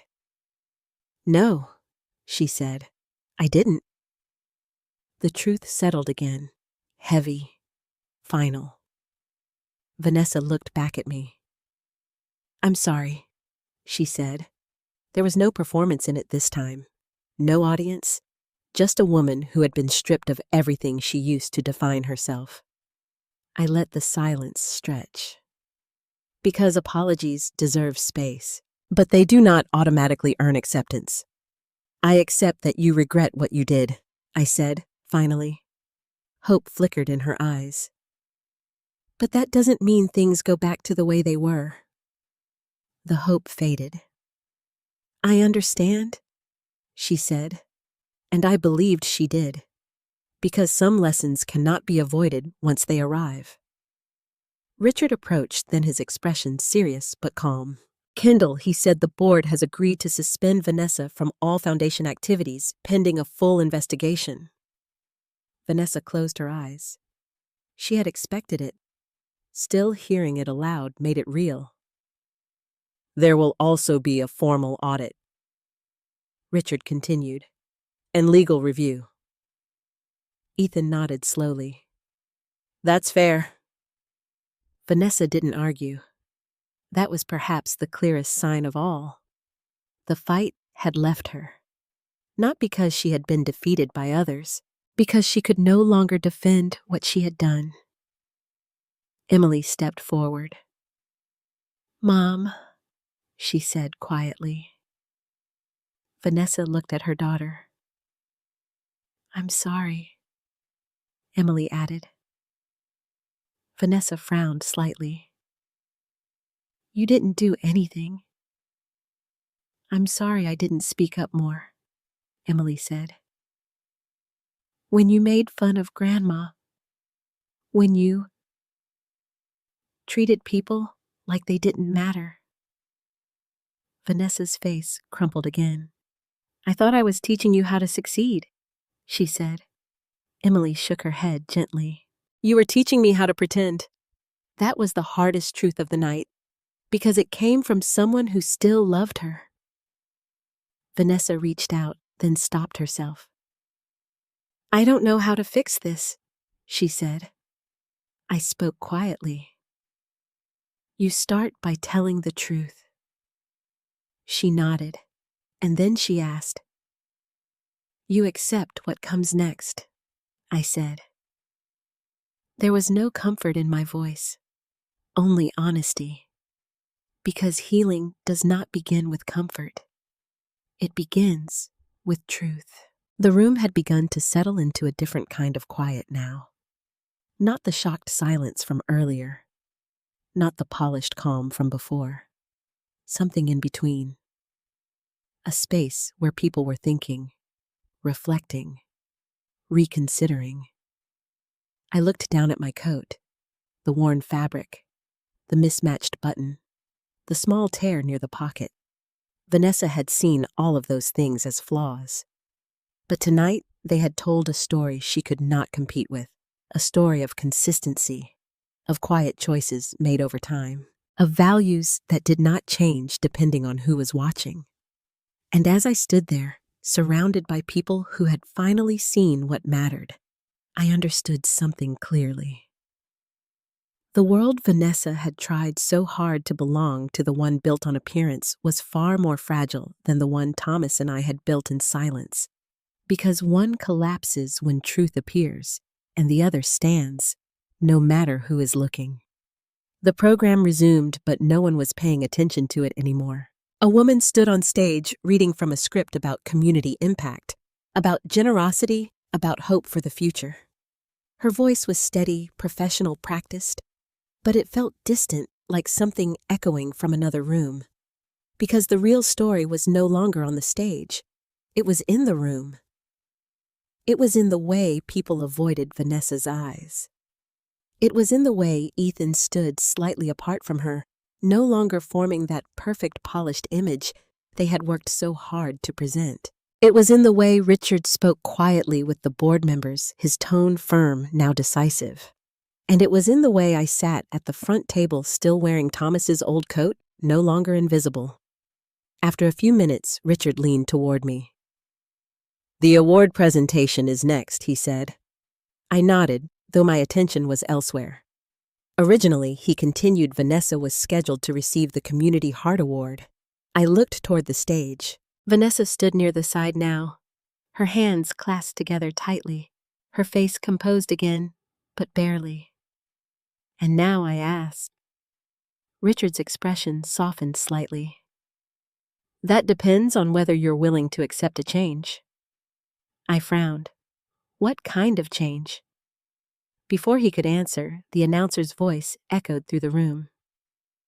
"And now," she said, "we come to the highlight of the evening, the presentation of the Community Heart Award." A polite round of applause followed. Vanessa lifted her chin slightly. "Habit, even now." The announcer continued. "This award recognizes an individual whose dedication to service has transformed lives, strengthened communities, and embodied the true spirit of giving." Vanessa took a step forward, then paused, because Richard was already moving toward the stage. The announcer hesitated as he approached her, whispering something quickly. The room stirred. Something was changing again. Richard took the microphone. For a moment, he simply stood there, looking out over the audience. "I'd like to take a moment," he said, "to acknowledge something important." The air shifted again. The script had been broken. "The award we are about to present," Richard continued, "was intended to honor someone who has contributed to this foundation." He paused. "But tonight, we have learned that contribution is not always what it appears to be." A murmur moved through the crowd. Vanessa's face went rigid. "True generosity," Richard said, "is not measured by visibility, but by integrity. Not by recognition, but by impact." He looked directly at me. And sometimes the person who has made the greatest difference is the one who has spent years ensuring no one knows their name. My heart began to beat faster. "Kendall," I said quietly, shaking my head no. But it was too late. Richard continued. For years, Kendall Stevens has quietly supported this foundation, funding programs, helping families, and ensuring that resources reached those who needed them most. The room was completely still now. No whispers, no movement. Just attention. She did this, he added, without seeking credit, without asking for recognition, and without ever standing on a stage like this one. I felt every eye turn toward me again, and for the first time that night, I wanted to disappear. Not out of shame, out of discomfort. This kind of attention had never belonged to me. It had always belonged to others, to people who wanted it. Kendall Richard said gently into the microphone, "Would you please join me?" Emily squeezed my hand. "Go," she whispered. Ethan looked at me too. Not with expectation, with something quieter. Respect. I stood slowly. Each step toward the stage felt heavier than the last. Not because I was afraid of the people watching, but because I could feel Thomas with me, and I knew he would have hated this. Not the truth, the attention. "You're going to make me famous," he would have said. "And then I'll have to start behaving." I almost smiled at the thought. When I reached the stage, Richard handed me the microphone. The award sat on the podium beside him, a polished glass piece with the foundation's name engraved across the front. It looked expensive, important, visible, everything Thomas and I had never cared about. "I don't think this belongs to me," I said quietly. Richard shook his head. "It does." I looked out at the room. So many faces, so many expressions, some warm, some uncertain, some ashamed, some inspired. Vanessa stood near the back now, no longer near the stage, no longer at the center. Her eyes were fixed on me, but not with anger, with something else. Loss. I took a breath.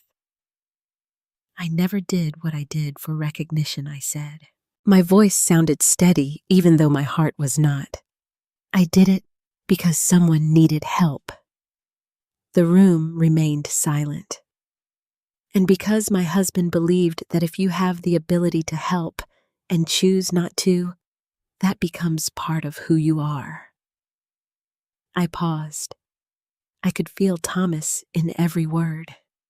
"We didn't always get it right," I continued. "We didn't always know the outcome, but we tried to make decisions that allowed people to keep their dignity." A few people nodded. I looked down at the award, then back at the room. "This," I said, "is beautiful, but it's not what matters." Richard watched me carefully. "What matters," I said, "is that the children this foundation supports are cared for honestly, that every dollar given reaches them, that no one stands on their needs to build something for themselves." Vanessa lowered her head. "And that we remember," I added softly. "You don't need to know someone's story to treat them with respect." The silence deepened, because now it wasn't just about money or reputation.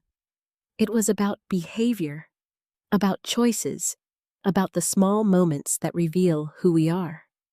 I turned, slightly looking at Ethan, then at Emily, then finally at Vanessa. Not with anger, not with victory, just truth. "I accept this," I said, touching the edge of the award, not for myself, but for the people who taught me what matters. I lifted the coat sleeve slightly. "For Thomas," I added quietly. A few people began to clap, then more, then the entire room. But this applause felt different from the one before. Not surprised, not polite, earned. I stepped back from the microphone.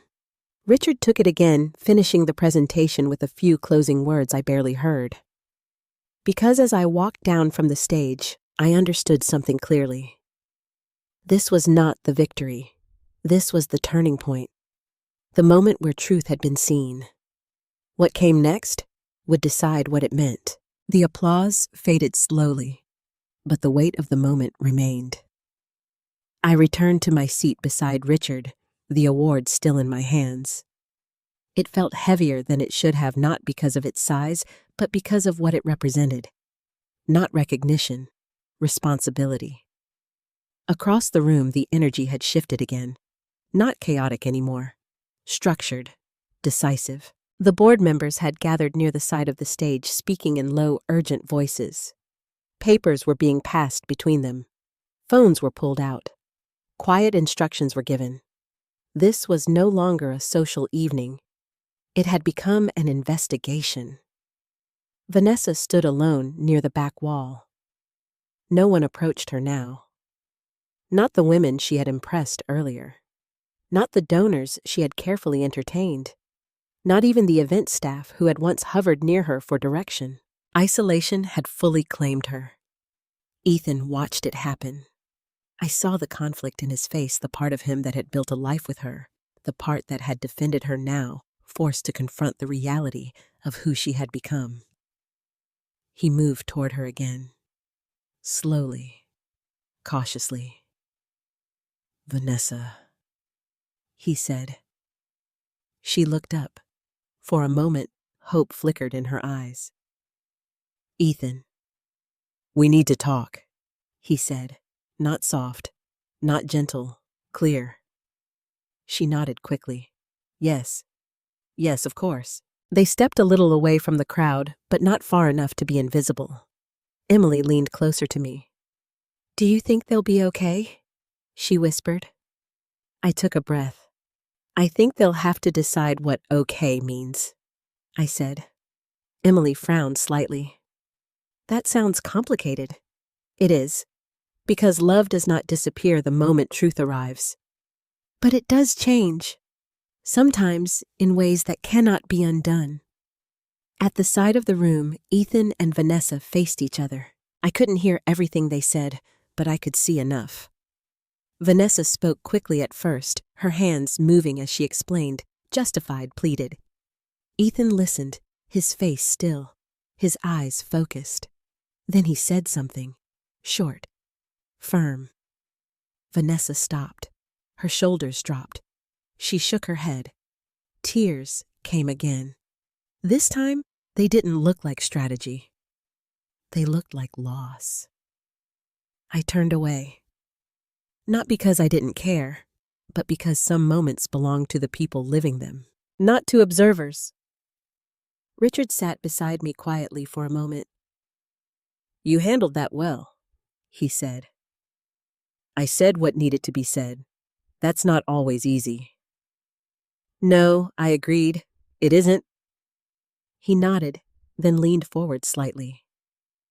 "The board has decided to move forward immediately," he said. "Vanessa will be formally removed from all leadership roles. The financial records will be turned over to legal review, and we'll begin restructuring the foundation to ensure full transparency." I nodded. "That's necessary." "It is," he said. "But there's more." I looked at him. "We would like you to be involved," he continued, "in an official capacity." I shook my head immediately. "No." Richard smiled slightly, as if he had expected that. "Hear me out. I don't want a title," I said. "I don't want a position. I've spent my life avoiding both." "I know," he said. "That's exactly why we trust you." I looked down at my hands. Trust. It's a word that sounds simple until it's broken. And tonight, I had seen how easily it could be. I'm not interested in running anything I said, but I do care about what happens to the people this foundation is supposed to help. Richard nodded. "Then help us make sure they are." I hesitated, because I knew what that meant. Not control, responsibility, not visibility, accountability. I looked across the room again. Vanessa sat down now, her face buried in her hands. Ethan stood beside her, not touching her, not leaving either.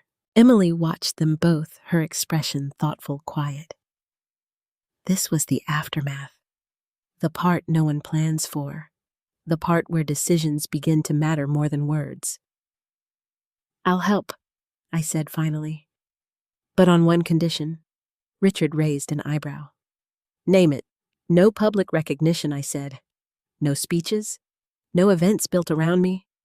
I'm not interested in becoming part of the performance." He smiled. "That's a condition I'm happy to accept." I nodded once. "Then I'll help." Across the room, Ethan looked up. Our eyes met.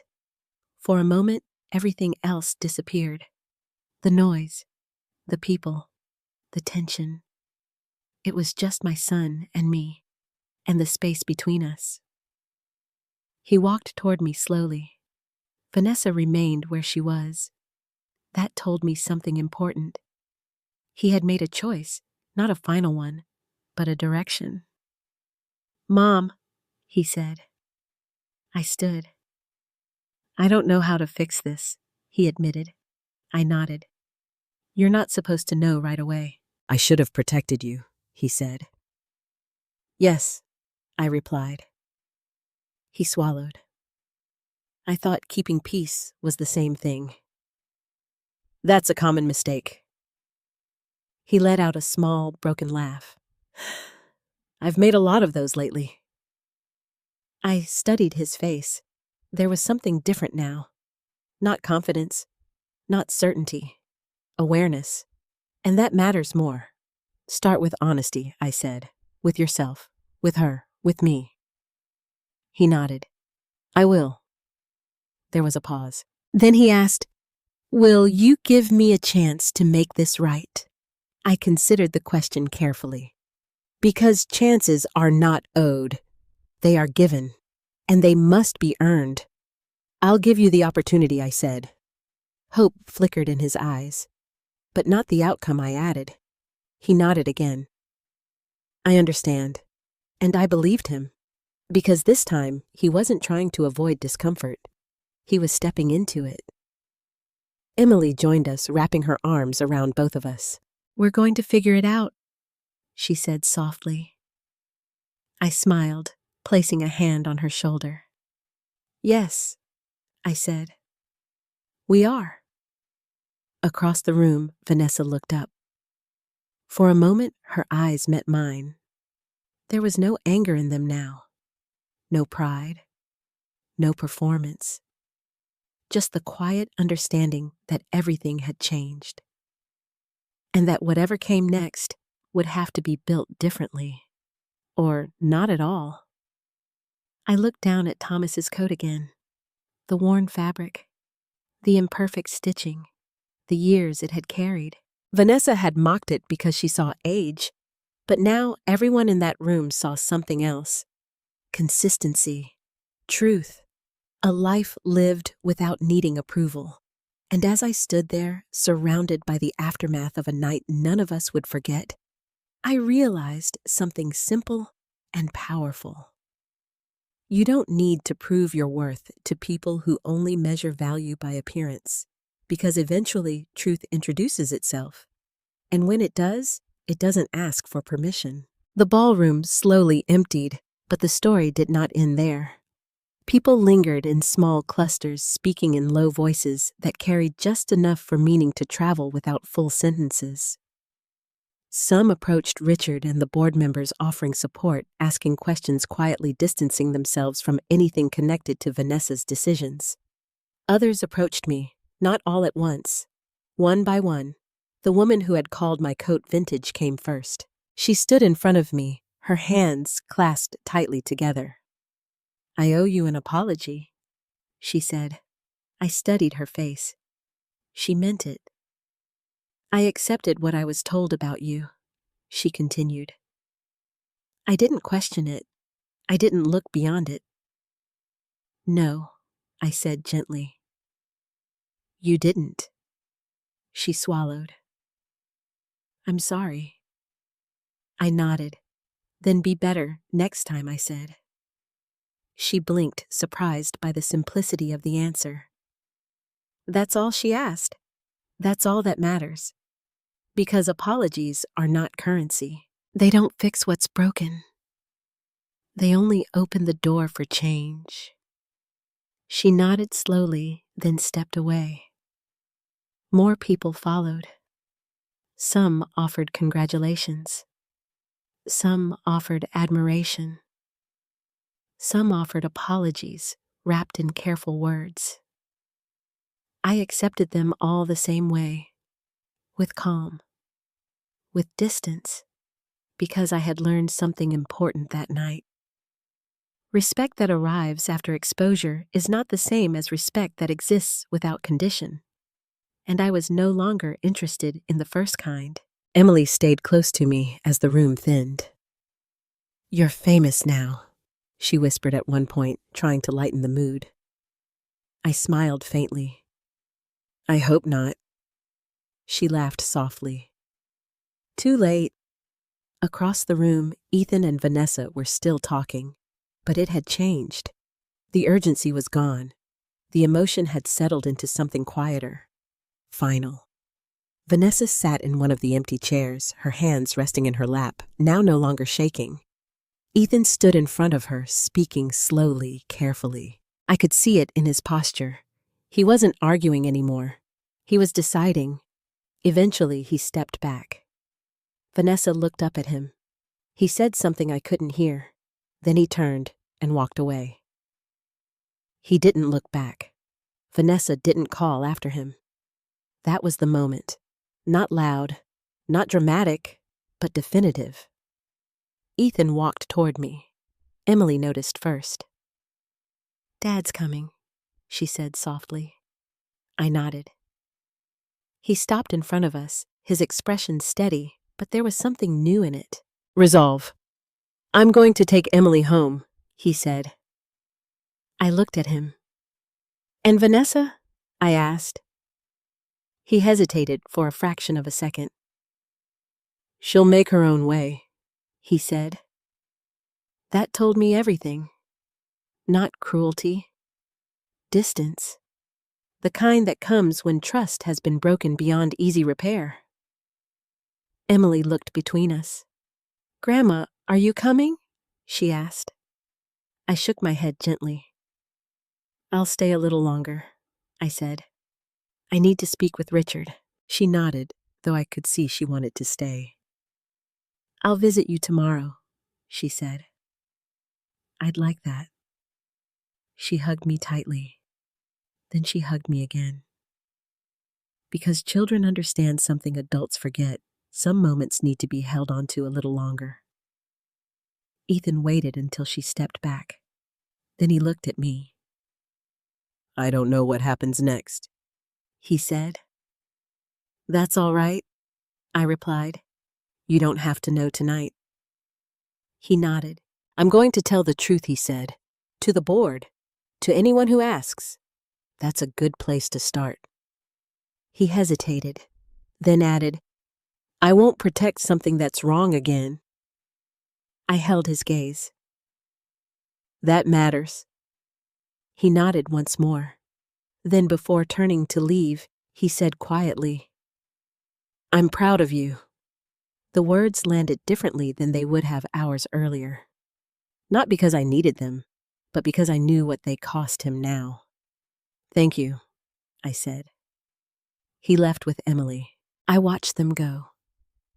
Not as a perfect family, but as something real. And real things can be rebuilt. Vanessa remained in the room, alone now. The last few guests avoided her as they passed. Not out of cruelty, out of discomfort. She sat still, staring at nothing. For a moment, I considered going to her, not to comfort, not to accuse, just to acknowledge what had happened. But then I stopped, because not every consequence needs to be softened. Some need to be felt. Richard approached me again. Are you ready to go? He asked. In a little while, I said, "There's something I want to ask you first." He nodded. "Of course." I looked toward the stage. "The foundation," I said. "How deep does this go?" Richard exhaled slowly. "Deeper than I'd like," he admitted. "But not beyond repair.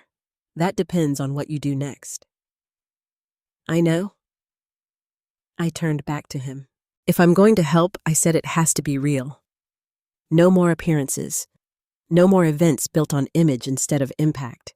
He nodded immediately. "That's exactly what we need. And the children I asked. The programs will protect them," he said. "That's the priority." I studied him carefully, then nodded. "Good. Because everything else could be rebuilt, but not at their expense." We stood in silence for a moment. Then Richard said, "You changed the direction of this foundation tonight." I shook my head. "No," I said. "The truth did." He smiled slightly. "Sometimes it takes the right person to bring it forward." I didn't respond. Because I knew something he didn't. I hadn't planned any of this. I hadn't come to expose anyone. I had simply shown up, wearing an old coat, carrying a life that didn't need approval.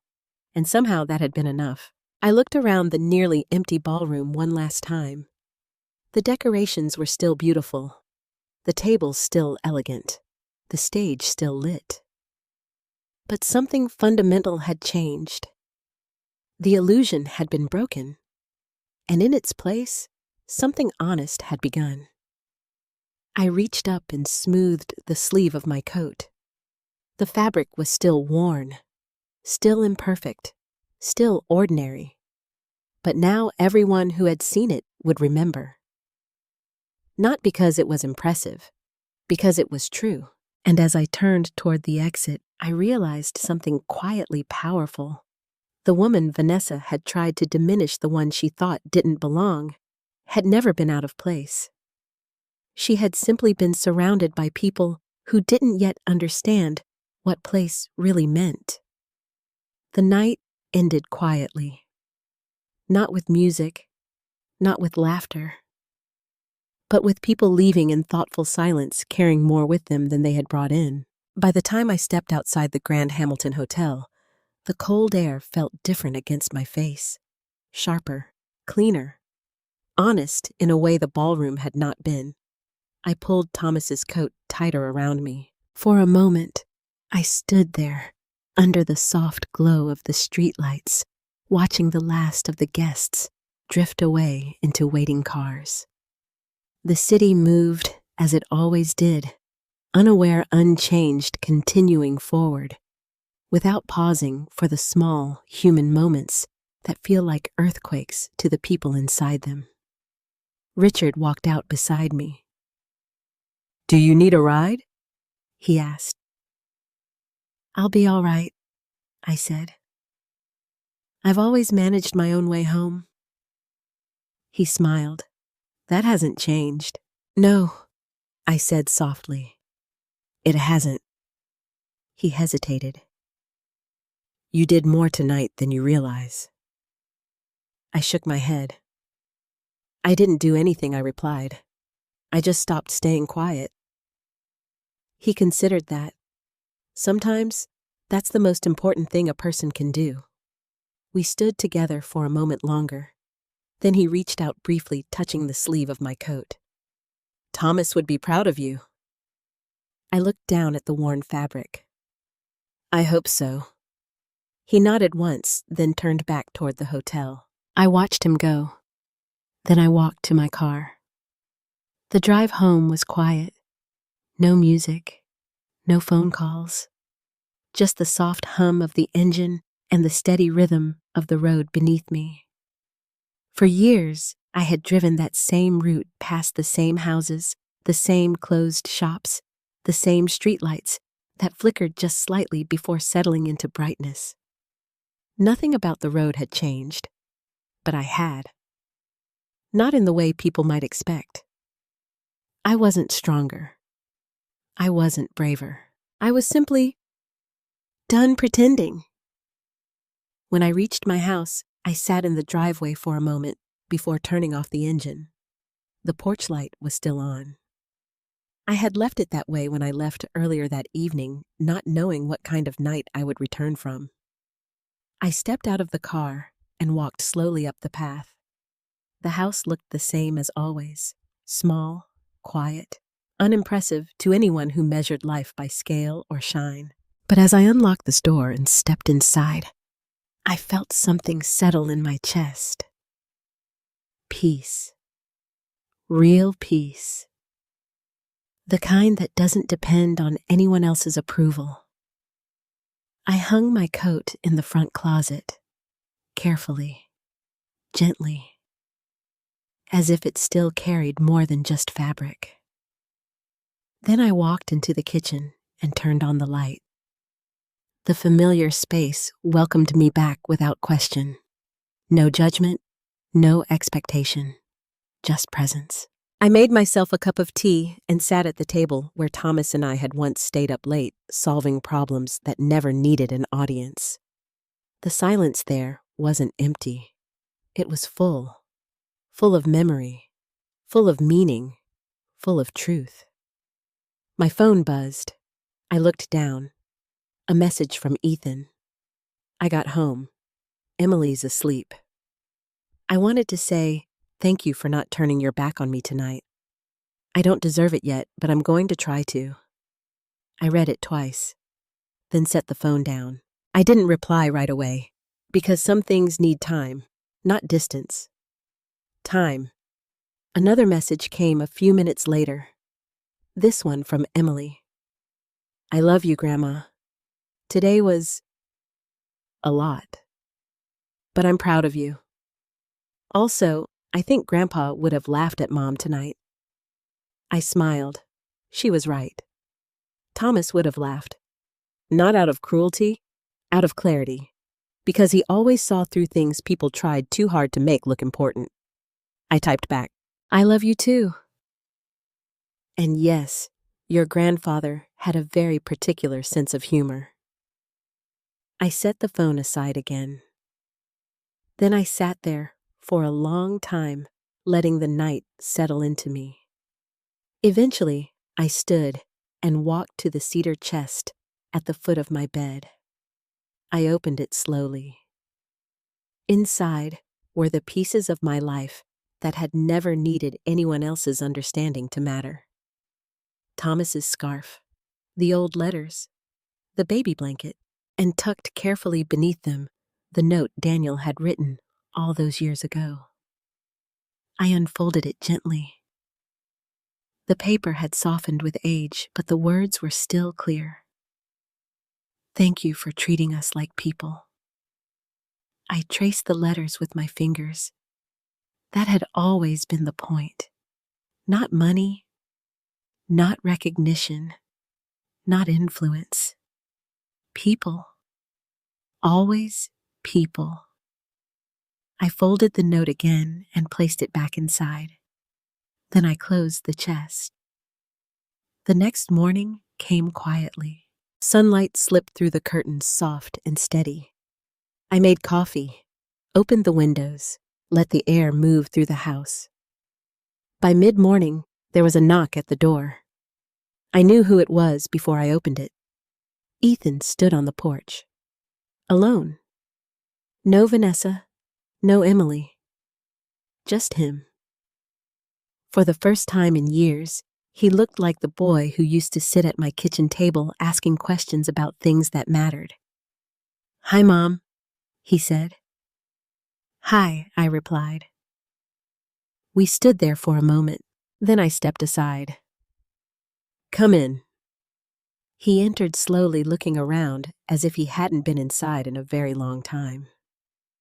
Maybe he hadn't. Not really. I've been thinking all night, he said. I'm sure you have. I don't want to live like that anymore, he continued, chasing things that don't matter, ignoring things that do. I nodded. That's a good realization. I don't know what happens with Vanessa yet, he admitted, but I know I can't go back to pretending everything is fine. No, I said. You can't. He looked at me. I want to rebuild this, he said, with you. I considered his words carefully. Because rebuilding isn't about intention, it's about consistency. We'll see, I said. He nodded. I understand. And for the first time, I believed that he did. We moved into the kitchen. I poured him a cup of coffee. He sat down at the table. The same place. But everything between us had changed. Not broken. Changed. And as I sat across from him, I realized something that felt both simple and profound. Family isn't defined by who stands beside you in a photograph. It's defined by who chooses to stand with you when the truth becomes uncomfortable. And that choice, that quiet, difficult, honest choice, was just beginning. 3 months later, the world had settled, but not in the way it had been before. Some things had ended. Others had quietly begun again. The foundation was different now, not just in structure, but in spirit. There were fewer gala events, fewer photographers, fewer speeches filled with polished phrases about generosity. Instead, there were more visits to actual communities, more direct support, more accountability. Daniel had stayed on overseeing the financial restructuring with a quiet determination that reminded me of the winter when he had first learned what it meant to be trusted. Richard called me often, not to ask for approval, to ask questions, real ones. What matters most here? Who actually needs this funding? Where are we missing something? And I answered honestly, because I had never cared about controlling anything, only about doing it right. I never accepted a title, never attended another gala, but I visited the programs, I met the families, I sat in rooms where people didn't care who I was, only whether I would listen. That was enough, more than enough. At home, things were quieter too, different. Ethan came by regularly now, not out of obligation, out of effort. That mattered more. The first few visits were awkward. We sat at the kitchen table with coffee between us, both of us, careful both of us, aware that something fragile was being rebuilt. Not restored. Rebuilt. One morning, about 6 weeks after the gala, Ethan arrived early. He looked tired, not the polished exhaustion of someone who had been working too much, the kind that comes from thinking too deeply about things you once avoided. Mom, he said as he sat down, I filed for separation. I nodded slowly. I wondered when you might. He looked at me. You're not surprised? No, I said, not after that night. He ran a hand through his hair. I kept trying to figure out if we could fix it, he said, if it was just a mistake, a series of bad decisions. And he exhaled. It wasn't just the money, he said. It was how she thought. What she believed was acceptable. What she was willing to justify. I nodded. That doesn't change overnight. No, he agreed. It doesn't. There was no anger in his voice. Just clarity. And you, I asked, what have you learned? He gave a small, tired smile. That I was more concerned with comfort than with truth, he said. That I avoided conflict because I thought it made life easier. And now I know it just delays the cost. I held his gaze. That's an important lesson. He nodded. I'm trying to live differently, he said. At work, at home, with Emily. At the mention of her name, his expression softened. She's been incredible, he added. She sees things clearly, doesn't let me hide from anything. I smiled. She gets that from her grandfather. And from you, he said. We sat in silence for a moment. Then he asked quietly, "Do you think I can become someone you respect again?" The question was simple, but it carried everything. I didn't answer immediately. Because respect isn't rebuilt through words. It's built through time. "I think you can become someone you respect," I said. He frowned slightly. "That's not the same thing." "No," I agreed, "but it's where it starts." He considered that, then nodded. "I understand," and I believed he did. Emily came by later that afternoon. She didn't knock. She never had to. "Grandma," she called as she stepped inside, dropping her bag near the door. "I'm in the kitchen," I replied. She walked in, smiling. "Dad told you?" she asked. "Yes." She leaned against the counter. "It's weird," she admitted. "I'm sad, but also not surprised. That's a complicated place to be." She nodded. "But I feel like things are more honest now," she said, "even if they're harder. That's usually how it works." She walked over and hugged me. "I like it here better," she said quietly. "It feels real." I wrapped my arms around her. "It always was," I said. "You just see it differently now." She pulled back and looked at me. "Can I ask you something?" "Of course. Why didn't you ever tell people who you were?" she asked. "About everything you did?" I smiled softly. Because who I was didn't depend on whether people knew. She thought about that. "But doesn't it feel good now?" she asked. "That people finally see you?" I considered the question carefully. Then I answered honestly. "It feels complete," I said. "Not because they see me, but because I don't have to hide anything anymore." She nodded slowly. "I think I get that." I reached over and brushed a strand of hair from her face. "You don't need to prove your worth to anyone who only values what they can see," I said. She smiled. "I'm going to remember that." Good. That evening, after Emily left, I walked into my office. It wasn't much. Just a small room with a desk, a bookshelf, and a window that looked out over the backyard. But on the wall above the desk, something had changed. Thomas's coat hung there now. Not hidden in the closet, not tucked away, displayed. Not as decoration, as a reminder of what mattered, of what endured, of what could not be taken mocked or diminished by anyone who didn't understand it. I stood in front of it for a long time. Then I reached out and touched the sleeve. The same worn fabric, the same imperfect stitching, the same quiet strength. And I smiled, because I finally understood something that had taken me years to fully accept. The value of a life is not measured by how loudly it is recognized. It is measured by how consistently it is lived. And that night, the night my daughter-in-law mocked my old clothes, had never really been about humiliation.